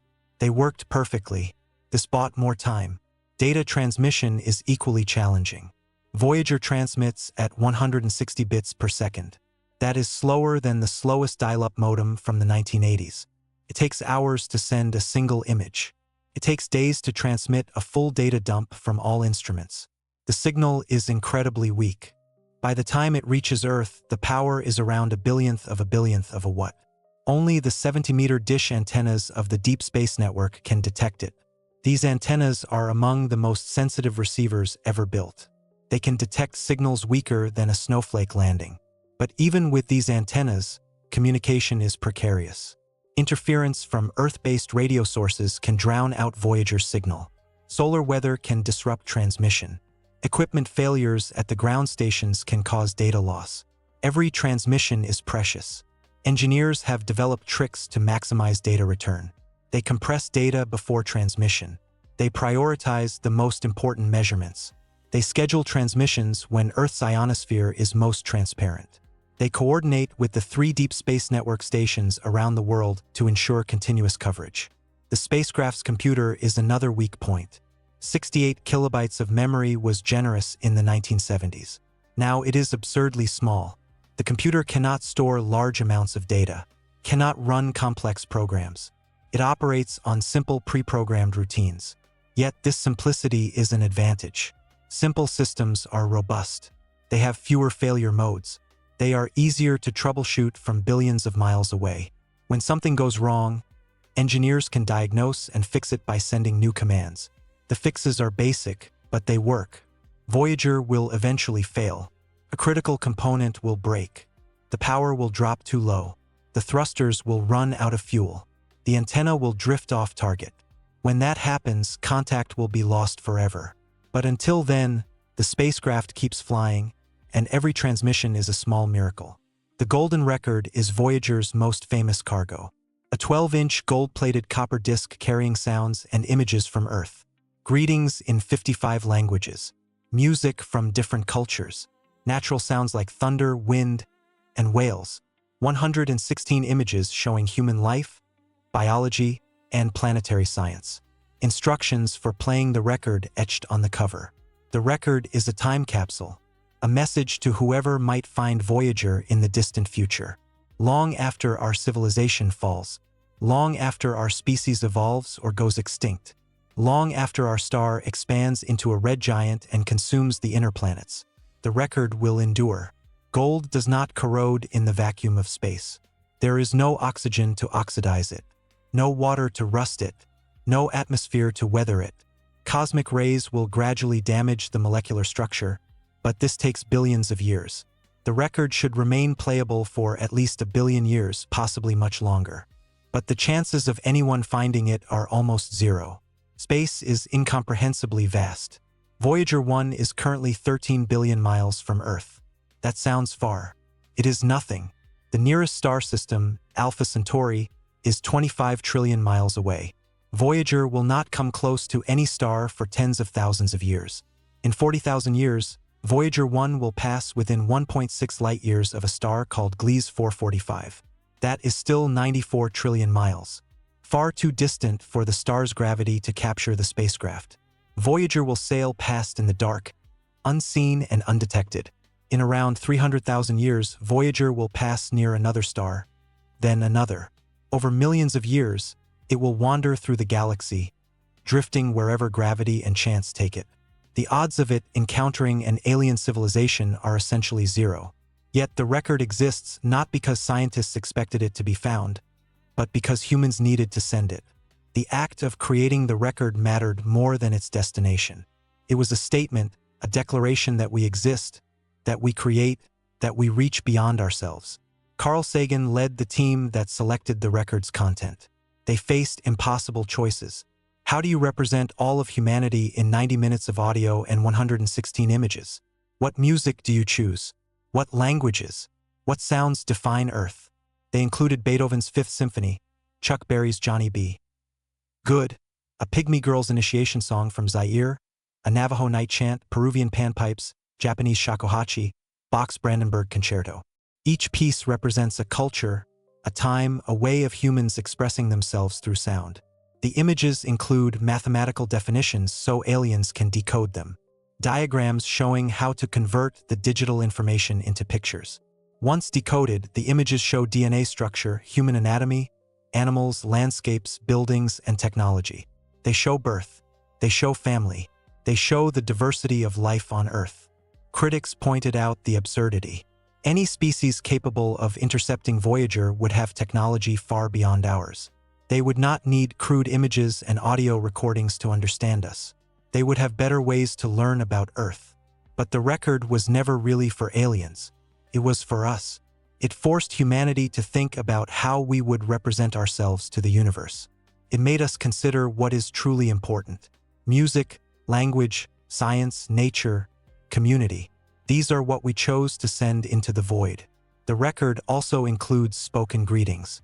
55 languages, from ancient Sumerian to modern Mandarin. Each speaker says something simple. Greetings, peace, friendship. The messages are naive, perhaps hopeful in the face of cosmic indifference. One greeting is in English from then President Jimmy Carter. It reads, "This is a present from a small distant world, a token of our sounds, our science, our images, our music, our thoughts, and our feelings. We are attempting to survive our time so we may live into yours." That line resonates more every year. When Voyager launched, nuclear war threatened extinction. Climate change was barely acknowledged. Biodiversity loss was accelerating. We sent Voyager out carrying a record of what we were, because we feared we might not last. Decades later, those threats remain. New ones have emerged, but Voyager still flies. The record still spins silently in its protective cover. And somewhere billions of miles away, our message drifts through the dark. Whether anyone ever hears it does not matter. We sent it. That is enough. The heliopause is not a fixed line. It moves. It breathes. And its motion reveals something profound about the forces shaping our cosmic neighborhood. Solar activity follows an 11-year cycle. Every 11 years, the number of sunspots peaks. Solar flares erupt more frequently, and coronal mass ejections blast plasma into space. The solar wind strengthens during these peaks, pushing harder against the interstellar medium. The heliosphere expands. The heliopause moves outward by billions of miles. Then activity declines. Sunspots disappear. The solar wind weakens. Interstellar pressure pushes back. The heliosphere shrinks. The heliopause contracts inward, sometimes by as much as 20 astronomical units. That is nearly 2 billion miles of movement. Voyager detected this breathing pattern. The spacecraft crossed the heliopause during solar maximum in 2012. If it had approached the boundary during solar minimum, it would have crossed years earlier. The boundary would have been closer, but the motion is not smooth. The heliopause does not expand and contract uniformly. It ripples. Waves propagate around it. When a coronal mass ejection reaches the boundary, it creates a temporary bulge that expands outward, then relaxes over months. These bulges travel around the heliosphere's surface like ripples on a pond. Voyager's instruments detected these ripples as the spacecraft approached the boundary. Particle counts would surge, suggesting the heliopause was nearby, then drop again, suggesting it had moved away. This back-and-forth pattern continued for years. The spacecraft was flying through a zone where the boundary oscillated back and forth faster than Voyager could cross it. Eventually, A strong solar eruption pushed the boundary outward enough that Voyager crossed and stayed in interstellar space. But even after crossing, the spacecraft detected effects from boundary motion. Plasma waves from solar eruptions propagated past the heliopause, disturbing the interstellar medium. The boundary's location affects the entire region around it. Scientists model this breathing using magnetohydrodynamics, the physics of electrically conducting fluids in magnetic fields. The equations are complex, requiring supercomputers to solve. Models show that the heliosphere can expand by 15 astronomical units during solar maximum and contract by the same amount during solar minimum. That is a 30 astronomical unit range of motion, nearly 3 billion miles. But the motion depends on interstellar conditions too. If the local interstellar medium becomes denser, it pushes harder, compressing the heliosphere more. If it becomes thinner, the heliosphere expands. Our solar system moves through the galaxy at 43,000 miles per hour, encountering different regions of the interstellar medium over time. Around 10,000 years ago, our solar system exited a denser cloud called the local interstellar cloud and entered the current region, the local fluff. When that transition happened, the heliosphere expanded significantly. Cosmic ray levels reaching Earth dropped. This might have affected climate, though the connections are unclear. In the future, we will exit the local fluff and enter another region. That transition will happen in the next 10 to 20,000 years. When it does, the heliosphere will shrink again. The heliopause will move inward. Cosmic ray levels will increase. Earth's radiation environment will change. These timescales are long by human standards, but short in cosmic terms. Ice core data from Antarctica and Greenland preserves records of cosmic ray levels going back hundreds of thousands of years. Scientists can correlate those records with climate data, looking for patterns. Some studies suggest cosmic ray increases correspond to cooling periods. Others find no clear connection. Voyager's measurements provide the baseline for understanding these changes. By knowing the current state of the heliosphere and how it responds to solar activity, scientists can model what happens when interstellar conditions change. They can predict how much the heliosphere will shrink or expand. They can estimate cosmic ray levels Earth will experience. This matters for long-term planning. If cosmic rays increase significantly, it affects satellites. More radiation means more malfunctions. It affects astronauts. Higher radiation doses limit mission durations. It might even affect surface life. Though Earth's atmosphere and magnetic field provide substantial protection, the heliosphere is our shield. Its size and strength determine how much radiation reaches us. And that size is not constant. Changes over years, decades, millennia. Voyager caught it at one moment in its breathing cycle. A snapshot of a dynamic system. The boundary keeps moving, and Voyager, now beyond it, keeps measuring the consequences. In 2012, an eruption on our star sent a shock wave through the heliosphere. The shock wave traveled outward at over 1 million miles per hour, crossing the heliopause and disturbing the interstellar plasma beyond. Voyager 1, already in interstellar space, detected the disturbance. But Voyager did not detect it as particles or magnetic fields. It detected sound, or rather, plasma oscillations that can be converted to sound. When the shock wave struck the interstellar plasma, it compressed the charged particles. This compression created a wave that propagated through the medium. The wave made the plasma vibrate at a specific frequency determined by its density and temperature.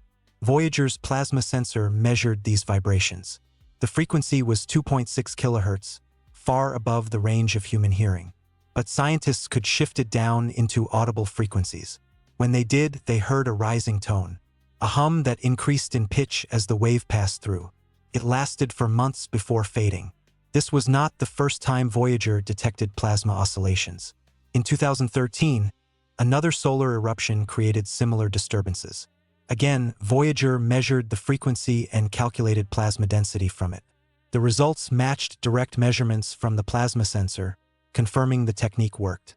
But the remarkable thing was that these oscillations revealed something unexpected. The plasma was making sound all the time, not just during solar eruptions. There was a constant background hum, too faint for Voyager to detect initially, but present nonetheless. Scientists discovered this by analyzing Voyager's data more carefully. They looked for weak signals buried in noise. They found a faint oscillation around 30 Hz. far lower than the eruption-induced waves. This oscillation was persistent. It never stopped. What caused it? The interstellar medium is not still. It flows. Turbulence stirs it. Magnetic fields move through it. Shock waves from distant sources propagate through it. All of this creates low-frequency oscillations that travel for light years. Voyager happened to be in a region where these background waves converged. The sound is real, though calling it sound stretches the definition. Sound on Earth is pressure waves in air. Molecules vibrate back and forth, transmitting energy. In space, plasma oscillations work similarly, but with charged particles instead of molecules. The physics is analogous. If a human could float in interstellar space and somehow survive, they would not hear this sound. The plasma is too thin. There are not enough particles to transmit pressure to an eardrum, but instruments can detect it, and those instruments reveal a universe far from silent. Scientists had always thought space was quiet. The famous tagline, "In space, no one can hear you scream," reflects this assumption. And it is true that space has no air to carry sound in the traditional sense. But it is not silent. It hums. It vibrates. It resonates with energy. The heliosphere itself creates sound.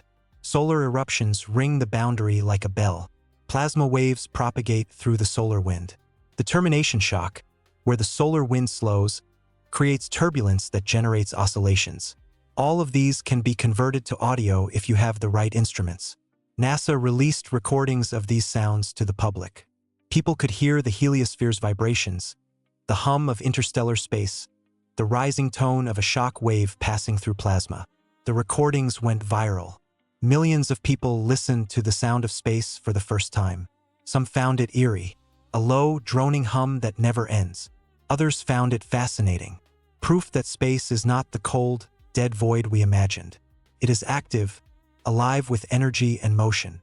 The plasma oscillations also serve a scientific purpose. By measuring their frequency, scientists can map plasma density across vast regions. Radio telescopes on Earth can detect similar oscillations from distant sources. Combined with Voyager's in situ measurements, this creates a three-dimensional picture of the local interstellar medium structure. Future spacecraft could use this technique to navigate. Plasma oscillations change frequency as density changes.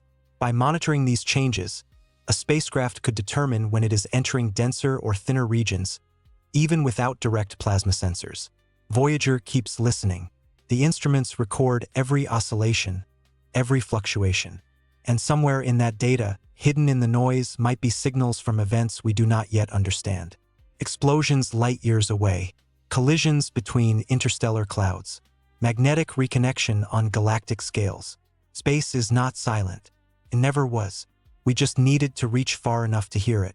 The instruments aboard Voyager are analog, designed in an era before digital sensors dominated. They measure voltages, count particles, detect magnetic fields using simple coils of wire. No microprocessors in the sensors themselves. No advanced algorithms. Just physics, direct and unfiltered. This simplicity has kept them working for 45 years. Digital circuits can fail catastrophically. A single bit error can crash an entire system. Analog circuits degrade gradually. They give warning signs. Engineers can work around partial failures. The cosmic ray detector is essentially a solid-state telescope. Particles strike silicon detectors, creating electrical pulses.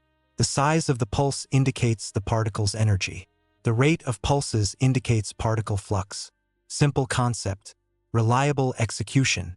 The magnetometer uses wire coils mounted on a boom extending away from the spacecraft. When a magnetic field passes through a coil, it induces a voltage. Measure the voltage, calculate the field. 3 coils at different angles measure field strength and direction in 3 dimensions. The boom keeps the coils away from the spacecraft's own magnetic fields, which would contaminate readings. The plasma sensor is more complex, contains 4 Faraday cups, detectors that measure charged particles flowing into them.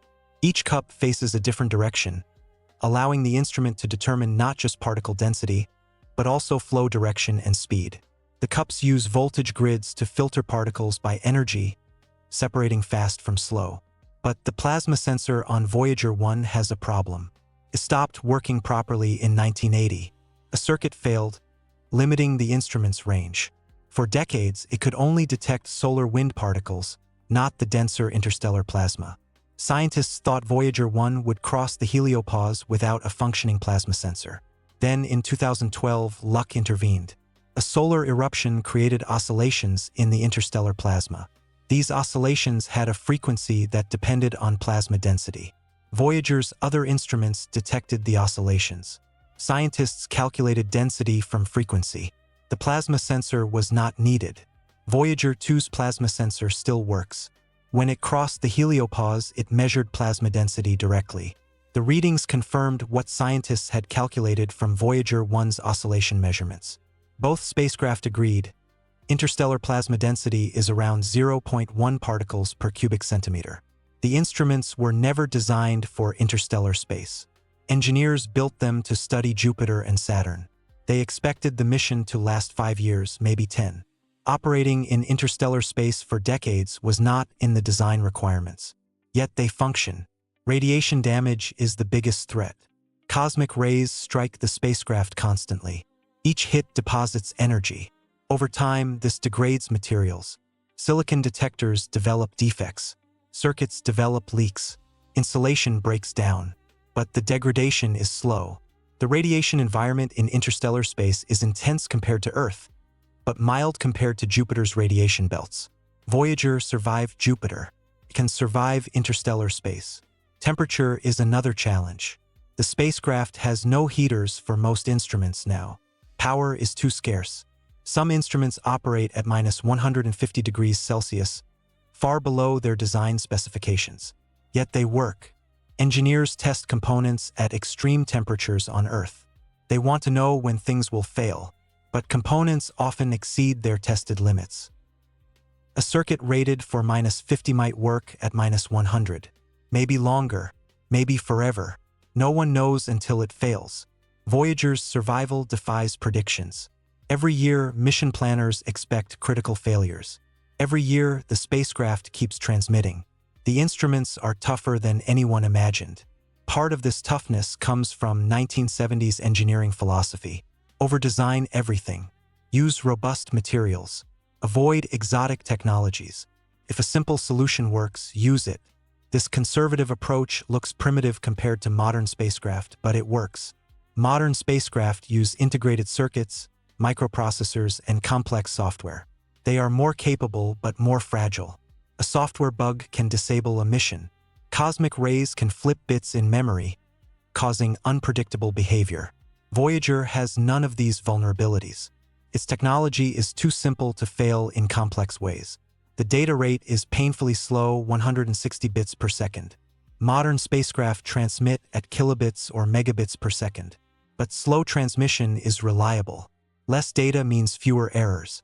Error correction codes can fix most problems. Scientists get complete datasets just slowly. Voyager's instruments will eventually fail. One by one, they will go dark. But until then, they provide a window into interstellar space. A view no other instrument can match. And every measurement is irreplaceable. The local interstellar cloud is not an isolated structure. It is part of a larger network of clouds, filaments, and bubbles that fill this region of the galaxy. These structures are shaped by ancient supernova explosions, stellar winds from massive stars, and the overall rotation of the galaxy. Around 10 million years ago, multiple massive stars exploded in this region. Each supernova released energy equivalent to 1 billion suns shining for 1 billion years, all in a few seconds. The shock waves from these explosions swept through space, pushing gas outward, creating a cavity. This cavity is called the local bubble. It extends roughly 300 light-years in all directions from our solar system. The interior is hot, around 1 million degrees, and extremely thin. Density is only around 0.005 atoms per cubic centimeter, 100 times thinner than the local interstellar cloud. Our solar system sits near the edge of this bubble, inside the local interstellar cloud, which is a small, cooler, denser cloud within the bubble's interior. Think of it like a fog bank inside a canyon. The canyon is the local bubble.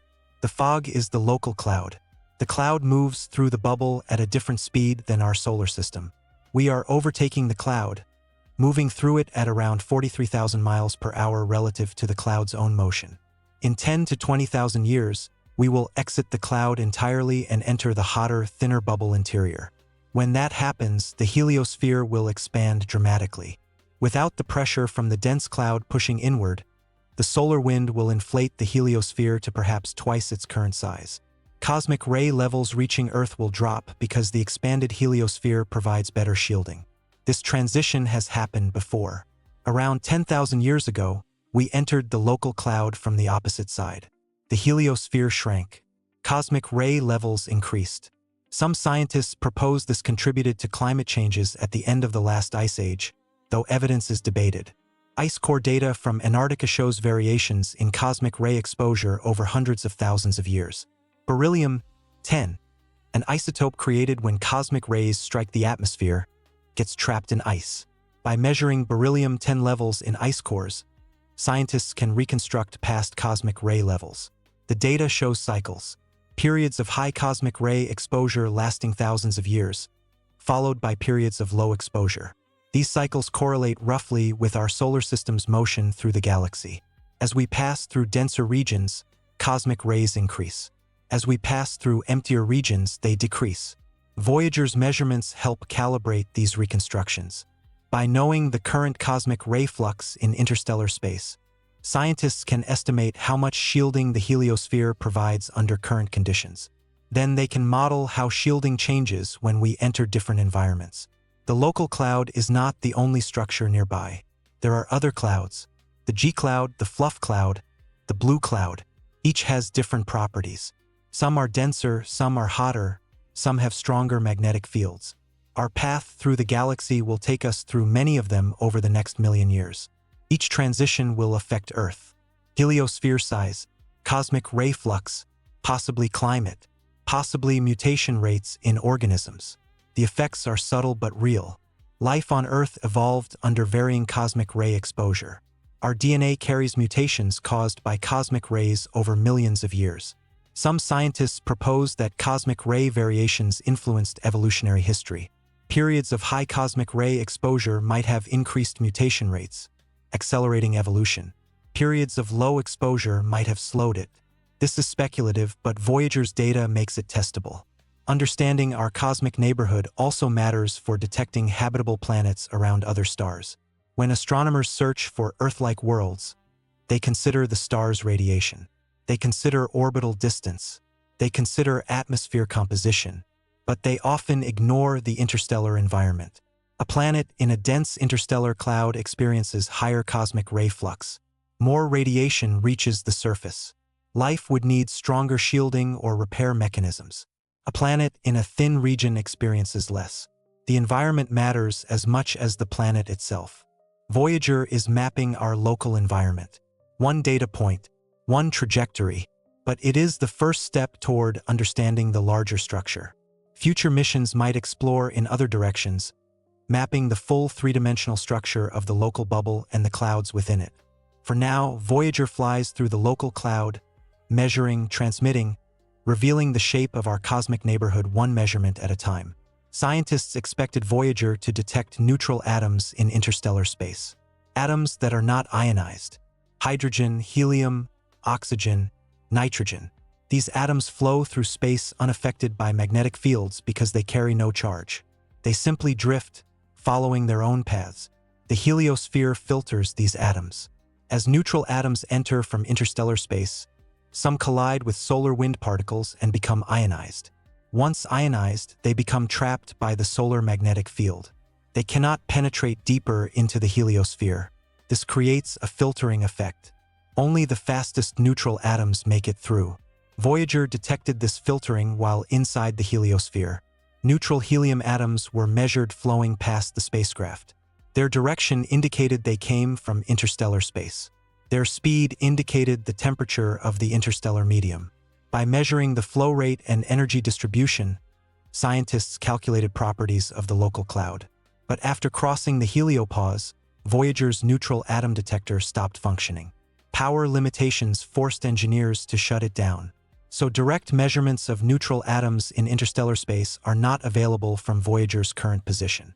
However, Scientists use other methods to study neutral atoms. Earth-based telescopes can observe how neutral hydrogen absorbs light from distant stars. The absorption creates dark lines in stellar spectra. By measuring these lines, astronomers map hydrogen density and temperature throughout the local interstellar medium. These observations show that hydrogen density in the local cloud is around 0.2 atoms per cubic centimeter, about twice the plasma density Voyager measures. The difference is important. It means half the hydrogen in the local cloud is neutral, half is ionized. This ratio reveals the ionization state of the medium. What ionizes the hydrogen? Ultraviolet light from nearby stars. High-energy photons strike hydrogen atoms, knocking electrons free. The more intense the ultraviolet field, the higher the ionization fraction. The local cloud sits in a region where several hot stars emit strong ultraviolet radiation. This keeps roughly half the hydrogen ionized. But ionization varies with distance from these stars. Closer regions are more ionized. Farther regions are more neutral. Voyager flies through a region where ionization is roughly 50%. Other regions might have different ratios. Neutral atoms also reveal the temperature of the interstellar medium. Temperature determines atom speed. Hotter atoms move faster. Cooler atoms move slower. By measuring the speed distribution of neutral helium atoms entering the heliosphere, scientists calculated that the local cloud has a temperature around 15,000 degrees. This matches plasma temperature measurements from Voyager, confirming that the neutral and ionized components are in thermal equilibrium. They share the same temperature. This suggests the medium is relatively stable, not undergoing violent heating or cooling events. Neutral atoms are important for another reason. They can reach Earth. Ionized particles cannot penetrate the heliosphere easily. They are deflected by magnetic fields. But neutral atoms slip through. They reach the inner solar system. They even reach Earth's atmosphere. Satellites have detected neutral helium atoms from interstellar space entering Earth's atmosphere. These atoms create faint emissions when they collide with atmospheric particles. By observing these emissions, scientists can study the interstellar medium from Earth orbit. No need to send a probe 13 billion miles away. But Voyager's measurements are still essential. They provide ground truth. Remote observations can be ambiguous. Voyager is there measuring directly. Its data confirms or refutes what telescopes observe. The neutral atom data also reveals something about the heliosphere's shape. The distribution of neutral atoms entering from different directions is not uniform. More enter from the nose, the direction we are moving. Fewer enter from the sides. This asymmetry reflects the heliosphere's shape. The compressed nose allows more atoms through. The stretched sides block more. Scientists model this filtering using computer simulations. They input the observed neutral atom distribution and calculate what heliosphere shape would produce it.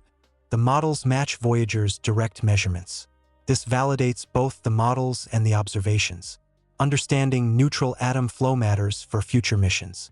If humanity sends spacecraft to other stars, those spacecraft will travel through regions filled with neutral hydrogen. At high speeds, collisions with hydrogen atoms become significant. A spacecraft traveling at 10% light speed would experience hydrogen impacts like a sandstorm. Shielding is necessary. Voyager travels too slowly for this to be an issue, but it provides baseline measurements of neutral atom density. Future mission planners can use this data to estimate collision rates and design appropriate shielding. The interstellar medium is not empty. Neutral atoms fill it, and Voyager is measuring their presence. Time dilation does not affect Voyager. At 38,000 miles per hour, the spacecraft moves fast by human standards, but slow by relativity standards. Einstein's equations predict time dilation becomes significant only at speeds approaching light speed. Voyager travels at about 0.006% light speed. Negligible, but distance itself creates a time delay that matters. Light takes over 21 hours to travel from Voyager to Earth. This means when mission controllers see data, it is already 21 hours old. Events that happened yesterday just appear now. Voyager exists in our past. This delay complicates operations. If an instrument malfunctions, controllers do not know for 21 hours. If they send a command to fix it, the command takes another 21 hours to arrive. The total response time is 42 hours, almost 2 days. During that time, the problem might worsen or resolve itself. Engineers design command sequences with this delay in mind. They program Voyager to handle problems autonomously when possible. If temperatures drop too low, the spacecraft activates heaters automatically. If power gets too low, it shuts down non-critical systems. Simple logic. No complex decisions. Just survival protocols. But sometimes ground intervention is necessary. In 2010, Voyager 2's transmitter suddenly started sending gibberish. Telemetry data became unreadable. Ground controllers panicked.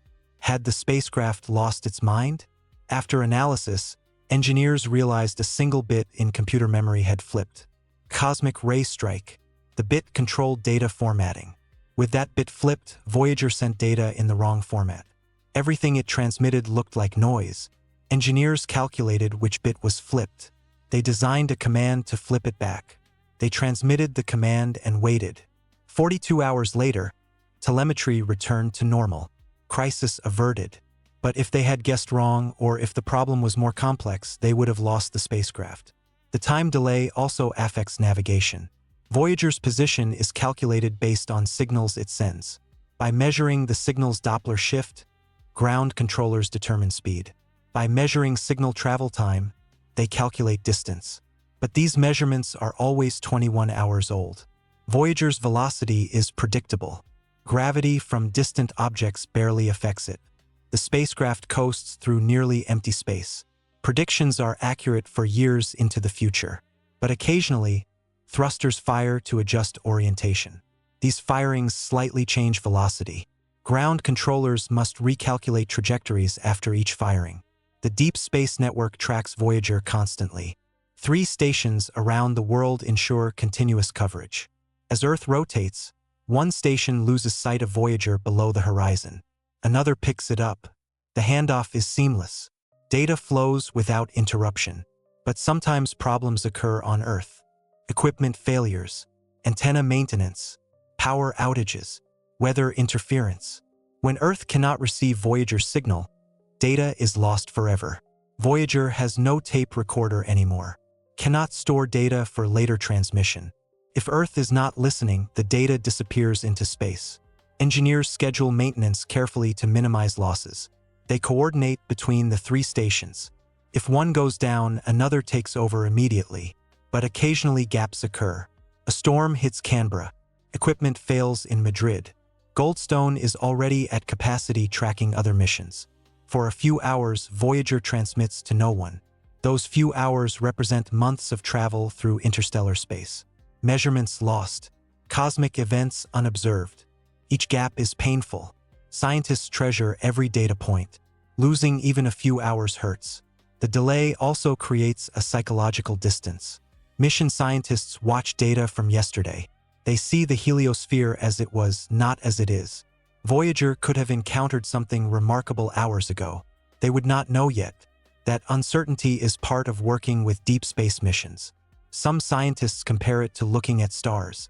The light from stars is years or centuries old. When we observe a star, we see its past. Voyager is similar, just on a smaller scale. 21 hours is nothing compared to years. But the principle is the same. Distance separates us from the present. As Voyager travels farther, the delay increases.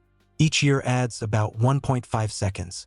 By 2030, when Voyager goes silent, the delay will be around 23 hours. Then it will stop mattering. No more data means no more waiting. But for now, the data flows 21 hours behind reality. A delayed echo from the edge of everything we know. The solar system is not alone. Within a radius of 20 light-years, there are over 100 stars. Some are similar to ours. Some are red dwarfs, cool and dim. Some are binary systems, 2 stars orbiting each other. Each creates its own heliosphere. Each pushes against the interstellar medium. These heliospheres sometimes interact. When 2 stars orbit close together, their heliospheres can merge, creating complex structures where 3 environments meet. 2 stellar winds and the interstellar medium. Magnetic fields tangle. Plasma flows in unexpected patterns. These interactions are too distant for Voyager to measure, but telescopes observe them around other stars. Our nearest stellar neighbor is the Alpha Centauri system, 4.3 light-years away. Contains 3 stars. Alpha Centauri A and B orbit each other closely. Proxima Centauri orbits farther out. The system's combined heliospheres likely create a vast region where stellar wind dominates. If Voyager were traveling toward Alpha Centauri, it would take 73,000 years to arrive. But it is not. Voyager 1 heads toward a constellation called Ophiuchus. It will not approach Alpha Centauri at all. The spacecraft's trajectory was determined by its flybys of Jupiter and Saturn. Those gravitational assists flung it in a specific direction. In 40,000 years, Voyager 1 will pass near the star AC plus 79 degrees, 793,888, also called Gliese 445, a red dwarf about 1 light-year away at closest approach. Far too distant for gravity to capture the spacecraft, Voyager will drift past silently. 300,000 years from now, Voyager will wander near another star, then another. Over millions of years, it will crisscross the galaxy, pulled by gravity from massive objects, but never captured. The spacecraft will remain in the galactic disk, orbiting the galactic center, just like our solar system does. But Voyager will not orbit alone. It will share space with billions of other objects. Rogue planets ejected from their star systems. Brown dwarfs too small to ignite fusion. Asteroids scattered by gravitational interactions. All of these wander between the stars, invisible and uncounted. Some estimates suggest there are more rogue planets than stars in the galaxy. Planets form around stars, but gravitational interactions can eject them. A close pass by another planet. A stellar encounter. Anything that disrupts the delicate orbital balance. Once ejected, these planets drift forever, frozen and dark. Voyager might pass near a rogue planet someday. Within a few light-years, maybe, but detecting it is impossible. Rogue planets emit no light. They are colder than interstellar space. Only their gravity reveals them, and Voyager's trajectory would need to pass close for that to matter. The galaxy is also filled with debris, dust grains, molecules, remnants of ancient stars. Voyager collides with this debris constantly. Each collision deposits a tiny amount of energy, slowly eroding the spacecraft's exterior. The golden record might accumulate pits over billions of years. The protective cover might wear thin, but the damage happens slowly. Space is almost empty. Collisions are rare. A dust grain might hit once a month, maybe less. At that rate, significant erosion takes millions of years. The spacecraft will outlast our civilization easily. Interstellar space also contains molecules. Water, methane, ammonia, complex organic compounds. These molecules form in gas clouds where stars are born. Some drift into the interstellar medium after stellar winds disperse the clouds. Others form directly in space through slow chemical reactions.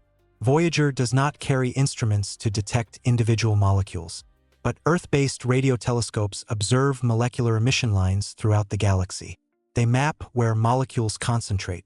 The local interstellar cloud contains traces of organic molecules, though densities are extremely low. These molecules are the building blocks of life. Not life itself, but the raw materials. Amino acids have been found in meteorites, formed by chemical reactions in space. The galaxy is filled with chemistry. Reactions happen slowly in the cold and dark, but they happen.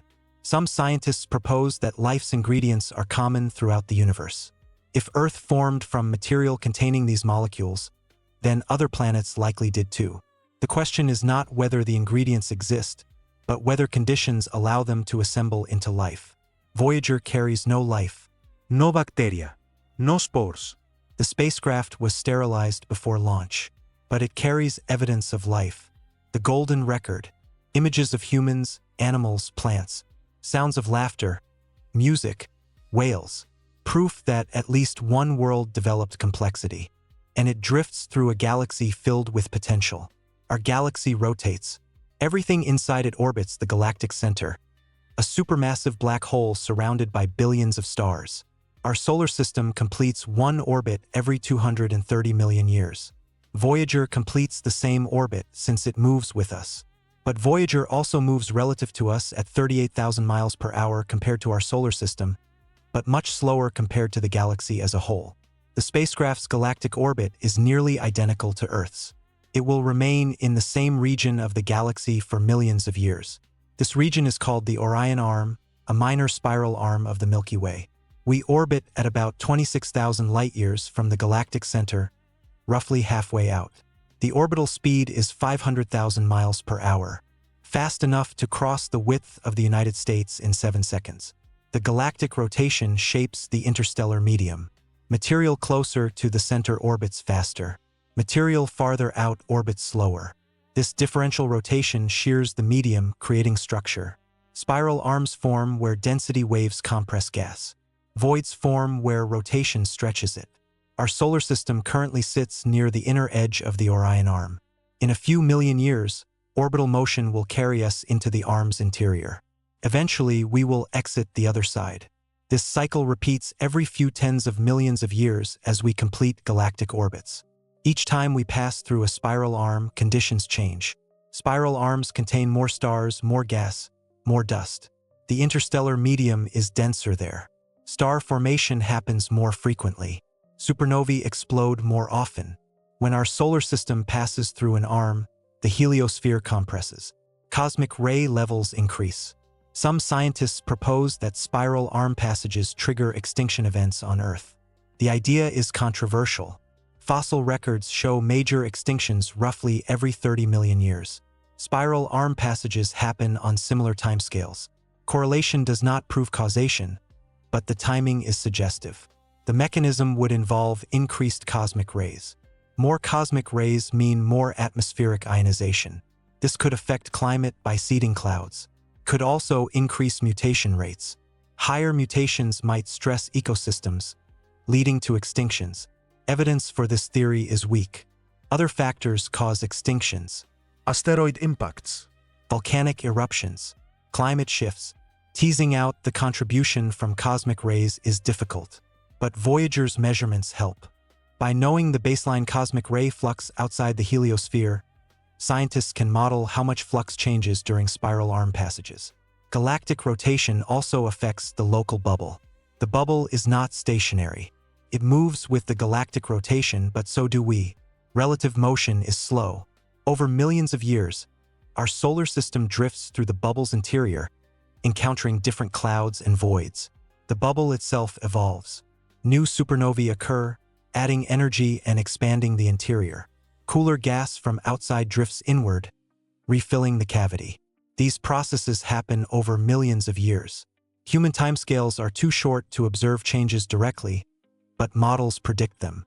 Voyager will orbit the galaxy for billions of years, long enough to witness many spiral arm passages, long enough to traverse the entire Orion Arm multiple times, long enough to see the galaxy change. But Voyager will not witness these changes consciously. It is a machine. No sensors to detect spiral arms. No instruments to measure galactic structure.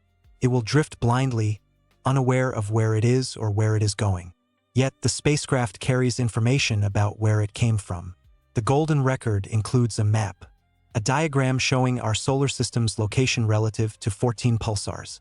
Pulsars are neutron stars that emit regular radio pulses. By measuring pulse frequency, someone could calculate when the record was created and triangulate Earth's location. The map assumes pulsars remain stable. Most do. Pulse periods change slowly over millions of years. Some pulsars might shut off or explode, rendering the map useless. But many will persist long enough for the map to work. If an advanced civilization finds Voyager a million years from now, could they use the map to find Earth? Possibly. Pulses are visible across interstellar distances. Cross-referencing pulse periods with observations would narrow down our location. They could find the right region of the galaxy, the right spiral arm, maybe even the right star. But by then, humanity might be gone. Our star will still shine, but Earth might be lifeless. Or our descendants might have spread to other worlds, unrecognizable. The map on Voyager will point to our origin, not our present. And the spacecraft will keep drifting. Radiation is cumulative. Every cosmic ray that strikes Voyager deposits energy. Every solar flare that sweeps past adds more. Over decades, this radiation damages materials at the molecular level. Plastics become brittle. Metals develop defects. Electronics degrade.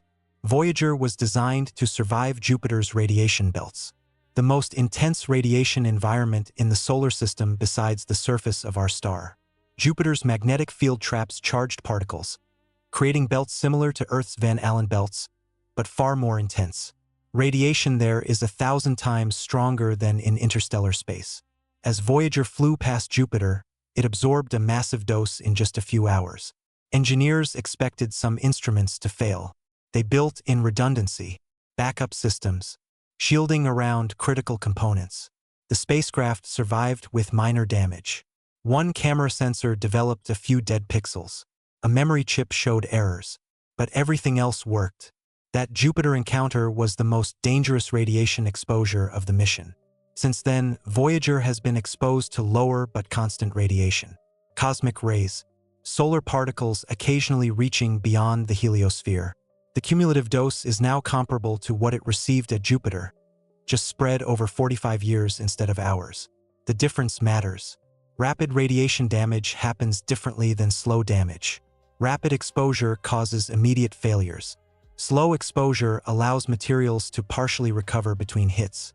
Some materials heal themselves through a process called annealing, where atoms rearrange to fix defects. This makes slow radiation less damaging than the same total dose delivered quickly. Voyager's electronics use simple transistors and resistors. These are more radiation tolerant than modern integrated circuits. A cosmic ray striking a transistor might damage it slightly, but the device keeps working. A cosmic ray striking a microprocessor can flip bits in memory, causing software crashes or data corruption. Voyager has no such vulnerabilities because it has no complex software. The most radiation-sensitive components are the instruments. Some use materials that degrade measurably. The cosmic ray detector's silicon sensors accumulate defects that change their response. Engineers calibrate for this by comparing current readings to past measurements and adjusting. As long as degradation is gradual and predictable, corrections work. But eventually, degradation becomes too severe. Sensors stop responding. Circuits fail open or shorted. When that happens, the instrument dies. Engineers have been shutting down instruments preemptively to save power. But some will fail on their own before power runs out. Voyager's plutonium generators are radiation-hard. Plutonium emits alpha particles as it decays. These are stopped by thin shielding, so internal components are protected. External cosmic rays cannot affect the generators significantly. They will keep producing power until the plutonium runs out, regardless of radiation exposure. The spacecraft's transmitter is another critical component. It uses a traveling wave tube amplifier, a vacuum tube device that boosts signal strength. Vacuum tubes are radiation-hard because they have no semiconductor junctions to damage. Cosmic rays pass through with minimal effect. This is why Voyager's transmitter still functions perfectly after 45 years. But the transmitter's power supply uses semiconductors. These could fail eventually. If the power supply dies, the transmitter dies with it. The spacecraft would go silent even if the generators still produced power. Engineers monitor power supply health constantly, watching for signs of degradation. Radiation also affects the spacecraft structure. Aluminum does not degrade from radiation alone. It is too stable. But combined with temperature cycles, radiation can contribute to metal fatigue. Each time Voyager heats and cools, the structure expands and contracts. Microscopic cracks form. Radiation might accelerate crack growth by weakening crystal structure. So far, no structural failures have occurred. The spacecraft is solid. But after another decade or two, fatigue might cause problems.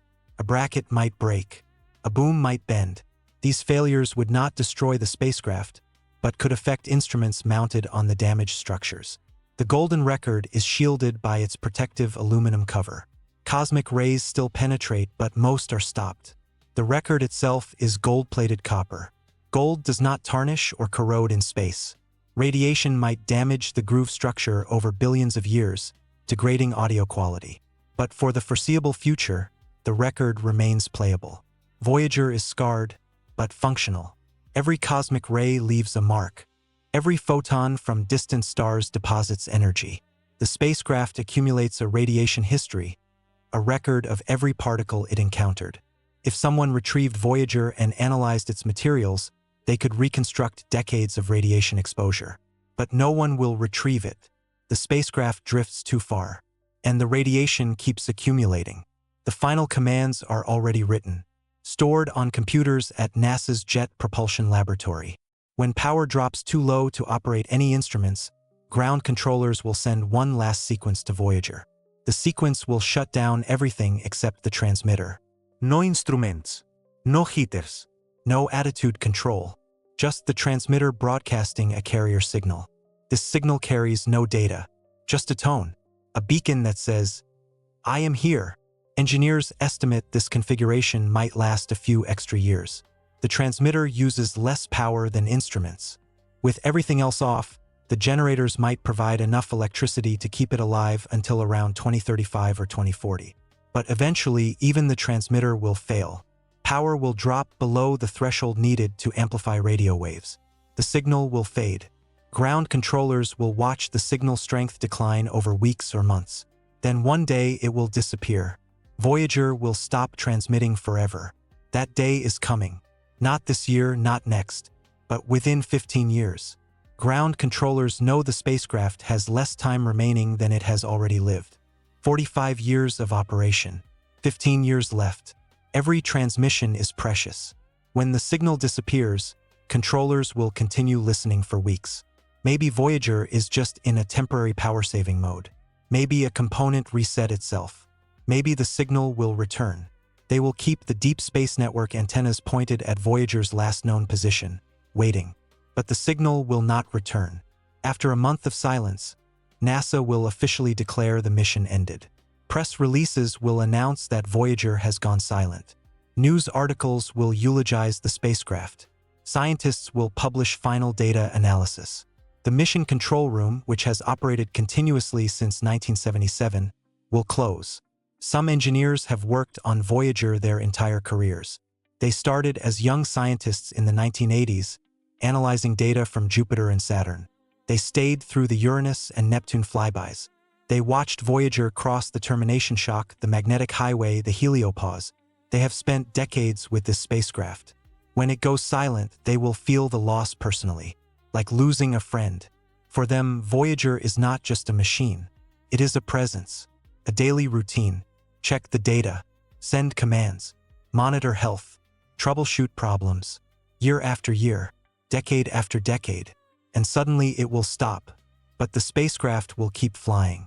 No power to transmit does not mean no motion.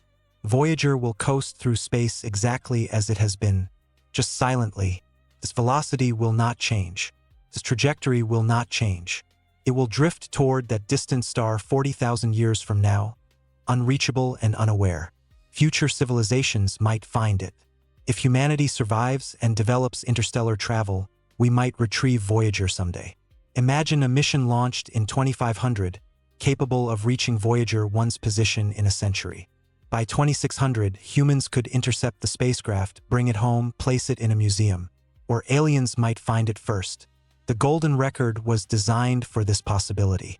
Instructions etched on the cover explain how to play it. Diagrams show the record spinning at a specific speed. A stylus drawing across grooves. The binary encoding of images. Would aliens understand? Maybe, maybe not. The instructions assume certain levels of technology and mathematical knowledge. Any species capable of intercepting Voyager probably has that knowledge. But their senses might differ from ours. What if they do not see light the way we do? What if sound means nothing to them? The record might be incomprehensible, or it might be perfectly clear. A message from a distant world. Proof that life exists elsewhere. Evidence of intelligence, creativity, and the desire to reach beyond one's own world. Even if they cannot decode the images or understand the music, the record's existence proves something important. We tried. We reached out. We wanted to communicate. The record will outlast everything else on Voyager. When instruments fail, when the transmitter dies, when the structure corrodes over billions of years, the gold-plated disc will endure, protected by its aluminum cover, drifting through the void. A message from a species that might no longer exist. One day, power will run out. The transmitter will fall silent. and humanity will lose contact with the farthest object we have ever created. That day is not far off now. We should appreciate every transmission while we still can, because soon Voyager will disappear into the dark, and we will never hear from it again. Scientists built models to predict what Voyager would find. Before the spacecraft even launched, they wrote equations describing the heliosphere. They estimated the heliopause distance.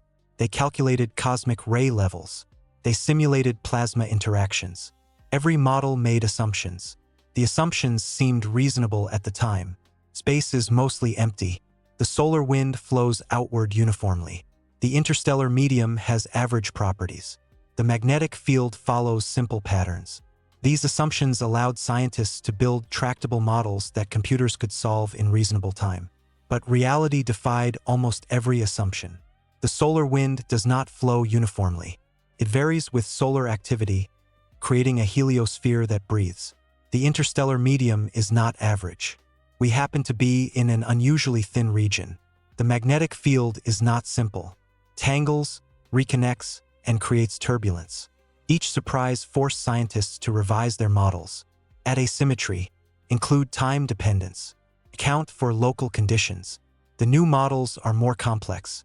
They require supercomputers to solve, but they match Voyager's data better. Yet even the new models are incomplete. They make simplifying assumptions.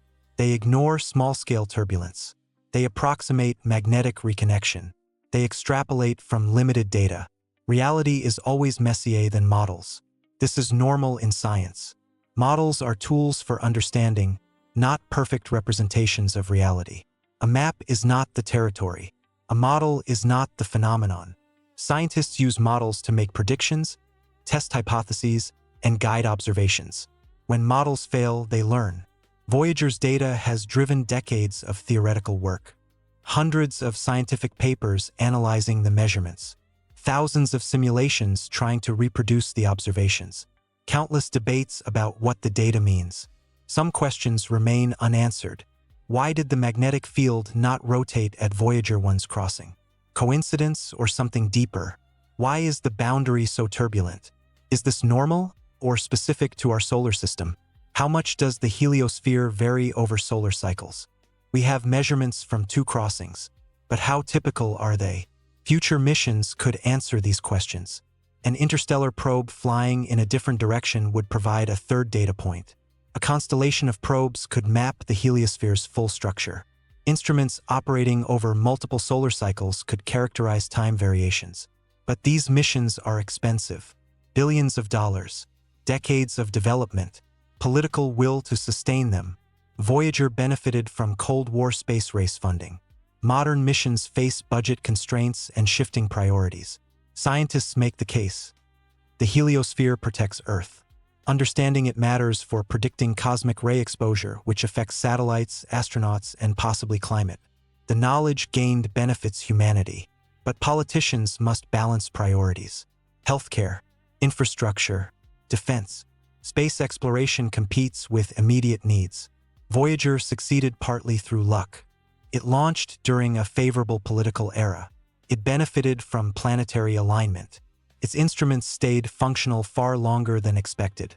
The mission cost $800 million in today's dollars, cheap by modern standards, and it delivered discoveries worth far more. But replicating that success is difficult. Modern missions require more sophisticated instruments, faster data rates, higher power. This increases cost and complexity. Engineers cannot use 1970s technology anymore. They must use modern components, which are less radiation tolerant and more prone to failure. Some scientists propose small, cheap probes, dozens launched in different directions, accept higher failure rates in exchange for redundancy. If half fail, the other half still provide data. This approach works for near-Earth missions but becomes problematic for interstellar distances. Communication and tracking consume resources proportional to the number of spacecraft. Others propose a single, well-funded flagship mission. Use the best technology. Maximum redundancy. Compréhensive instrument suite. This approach maximizes science return per mission but puts all resources into one basket. If it fails, decades of work are lost. Debates continue. Meanwhile, Voyager keeps transmitting. The data continues to surprise. Each measurement refines our understanding. Each anomaly reveals something unexpected. Science is a process. Models evolve. Understanding deepens. Theories get tested. Some survive. Some fail. But knowledge accumulates. What we learn from Voyager will guide future missions, which will learn more, guiding missions after that. This is how humanity explores. Slowly, methodically, one measurement at a time. One spacecraft at a time. Each mission builds on previous ones. Each discovery opens new questions. Voyager is one step in a longer journey. A journey that might take centuries. But it is a crucial step. The first direct measurements of interstellar space. The foundation for everything that comes after. And the spacecraft is still measuring. Still transmitting. Still teaching us about the universe. For a little while longer. Distance distorts perception. From Earth, Voyager appears motionless. Its position changes too slowly to notice. Even over months, the shift is tiny. You could point a telescope at Voyager's location year after year and see no movement. But from Voyager's perspective, Earth races away at 38,000 miles per hour. The spacecraft watches our planet shrink into the distance.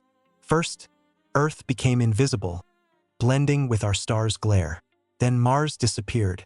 Jupiter lingered longer, but eventually faded. Saturn became unresolvable. Neptune, the last planet Voyager 2 photographed, is now a faint dot that requires precise pointing to find. The spacecraft sees our solar system the way we see distant stars. Points of light, no details, no structure, just brightness indicating distance and size. Our star is the brightest object in Voyager's sky, but even it appears as a mere point. Now the heliosphere's glow, visible in certain wavelengths from inside, has faded. Voyager exists in darkness.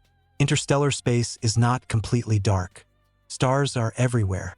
Around 2,000 are visible to the naked eye from Earth. From Voyager's position, the same stars are visible, just in slightly different positions. The constellations we know appear subtly distorted. Lines connecting stars shift by fractions of a degree. A careful observer might notice. The brightest star in Voyager's sky is not the same as from Earth. Parallax shifts change apparent brightness depending on distance. Stars closer to Voyager appear brighter than from our perspective. Stars farther from Voyager appear dimmer. Sirius, the brightest star in Earth's night sky, remains bright from Voyager's position, only 8.6 light-years away. Voyager has moved less than 1% of 1 light-year, so distance to Sirius changed negligibly. But other stars have shifted noticeably. The galactic center is still visible. From Earth, it lies in the direction of Sagittarius. From Voyager, it lies in almost exactly the same direction. 13 billion miles is nothing compared to 26,000 light-years. The spacecraft has barely moved relative to galactic structure. But over millennia, Voyager's sky will change. Stars will shift positions gradually. Some will brighten as Voyager approaches. Others will dim as Voyager recedes. New stars will become visible. Familiar patterns will distort beyond recognition. 40,000 years from now, when Voyager passes near Gliese 445, that star will be the brightest in the spacecraft's sky. For a brief period, measured in centuries, Gliese 445 will dominate. Then Voyager will drift past, and the star will fade. The cosmic microwave background radiation is the same from Voyager's position. This radiation, the afterglow of the Big Bang, fills the universe uniformly. Moving 13 billion miles does not change it. You would need to travel billions of light-years to notice differences. Voyager remains in the same cosmic neighborhood it started in. Dark matter, whatever it is, presumably surrounds Voyager just as it surrounds Earth. We do not detect dark matter directly, but its gravitational effects are everywhere. Galaxies rotate faster than visible matter can explain. Clusters of galaxies stay bound when they should fly apart. Dark matter provides the missing mass, and it exists in the space between stars just as it exists everywhere else. Voyager passes through dark matter constantly. Particles of dark matter, if they are particles, stream through the spacecraft without interaction. Trillions per second, but they do not affect ordinary matter measurably. No collisions, no energy transfer, just silent passage. From Voyager's perspective, the universe looks much like it does from Earth. Stars, darkness, distant galaxies too faint to see without telescopes. The spacecraft does not perceive its isolation. It has no senses for loneliness, no awareness of distance. It simply exists, measuring what surrounds it, transmitting data back to a world it left behind. But humans perceive that isolation. We imagine Voyager alone in the dark, a tiny machine surrounded by infinity. The farther it travels, the more alone it becomes. Distance grows, communication weakens, eventually silence. This is the nature of exploration. To leave home, to venture into the unknown, to accept separation. Voyager does this on humanity's behalf. It goes where we cannot. It sees what we cannot see. It endures isolation so we can learn. And from its lonely position, it continues to watch. The stars do not change. The darkness does not end. But somewhere in that darkness, a faint signal reaches Earth. 160 bits per second. A whisper across the void. Thank you for watching. If you enjoyed this journey to the edge of our solar system and beyond, please subscribe to the channel and hit the like button. There is so much more to explore, and I would love to have you along for the journey. I will see you in the next one.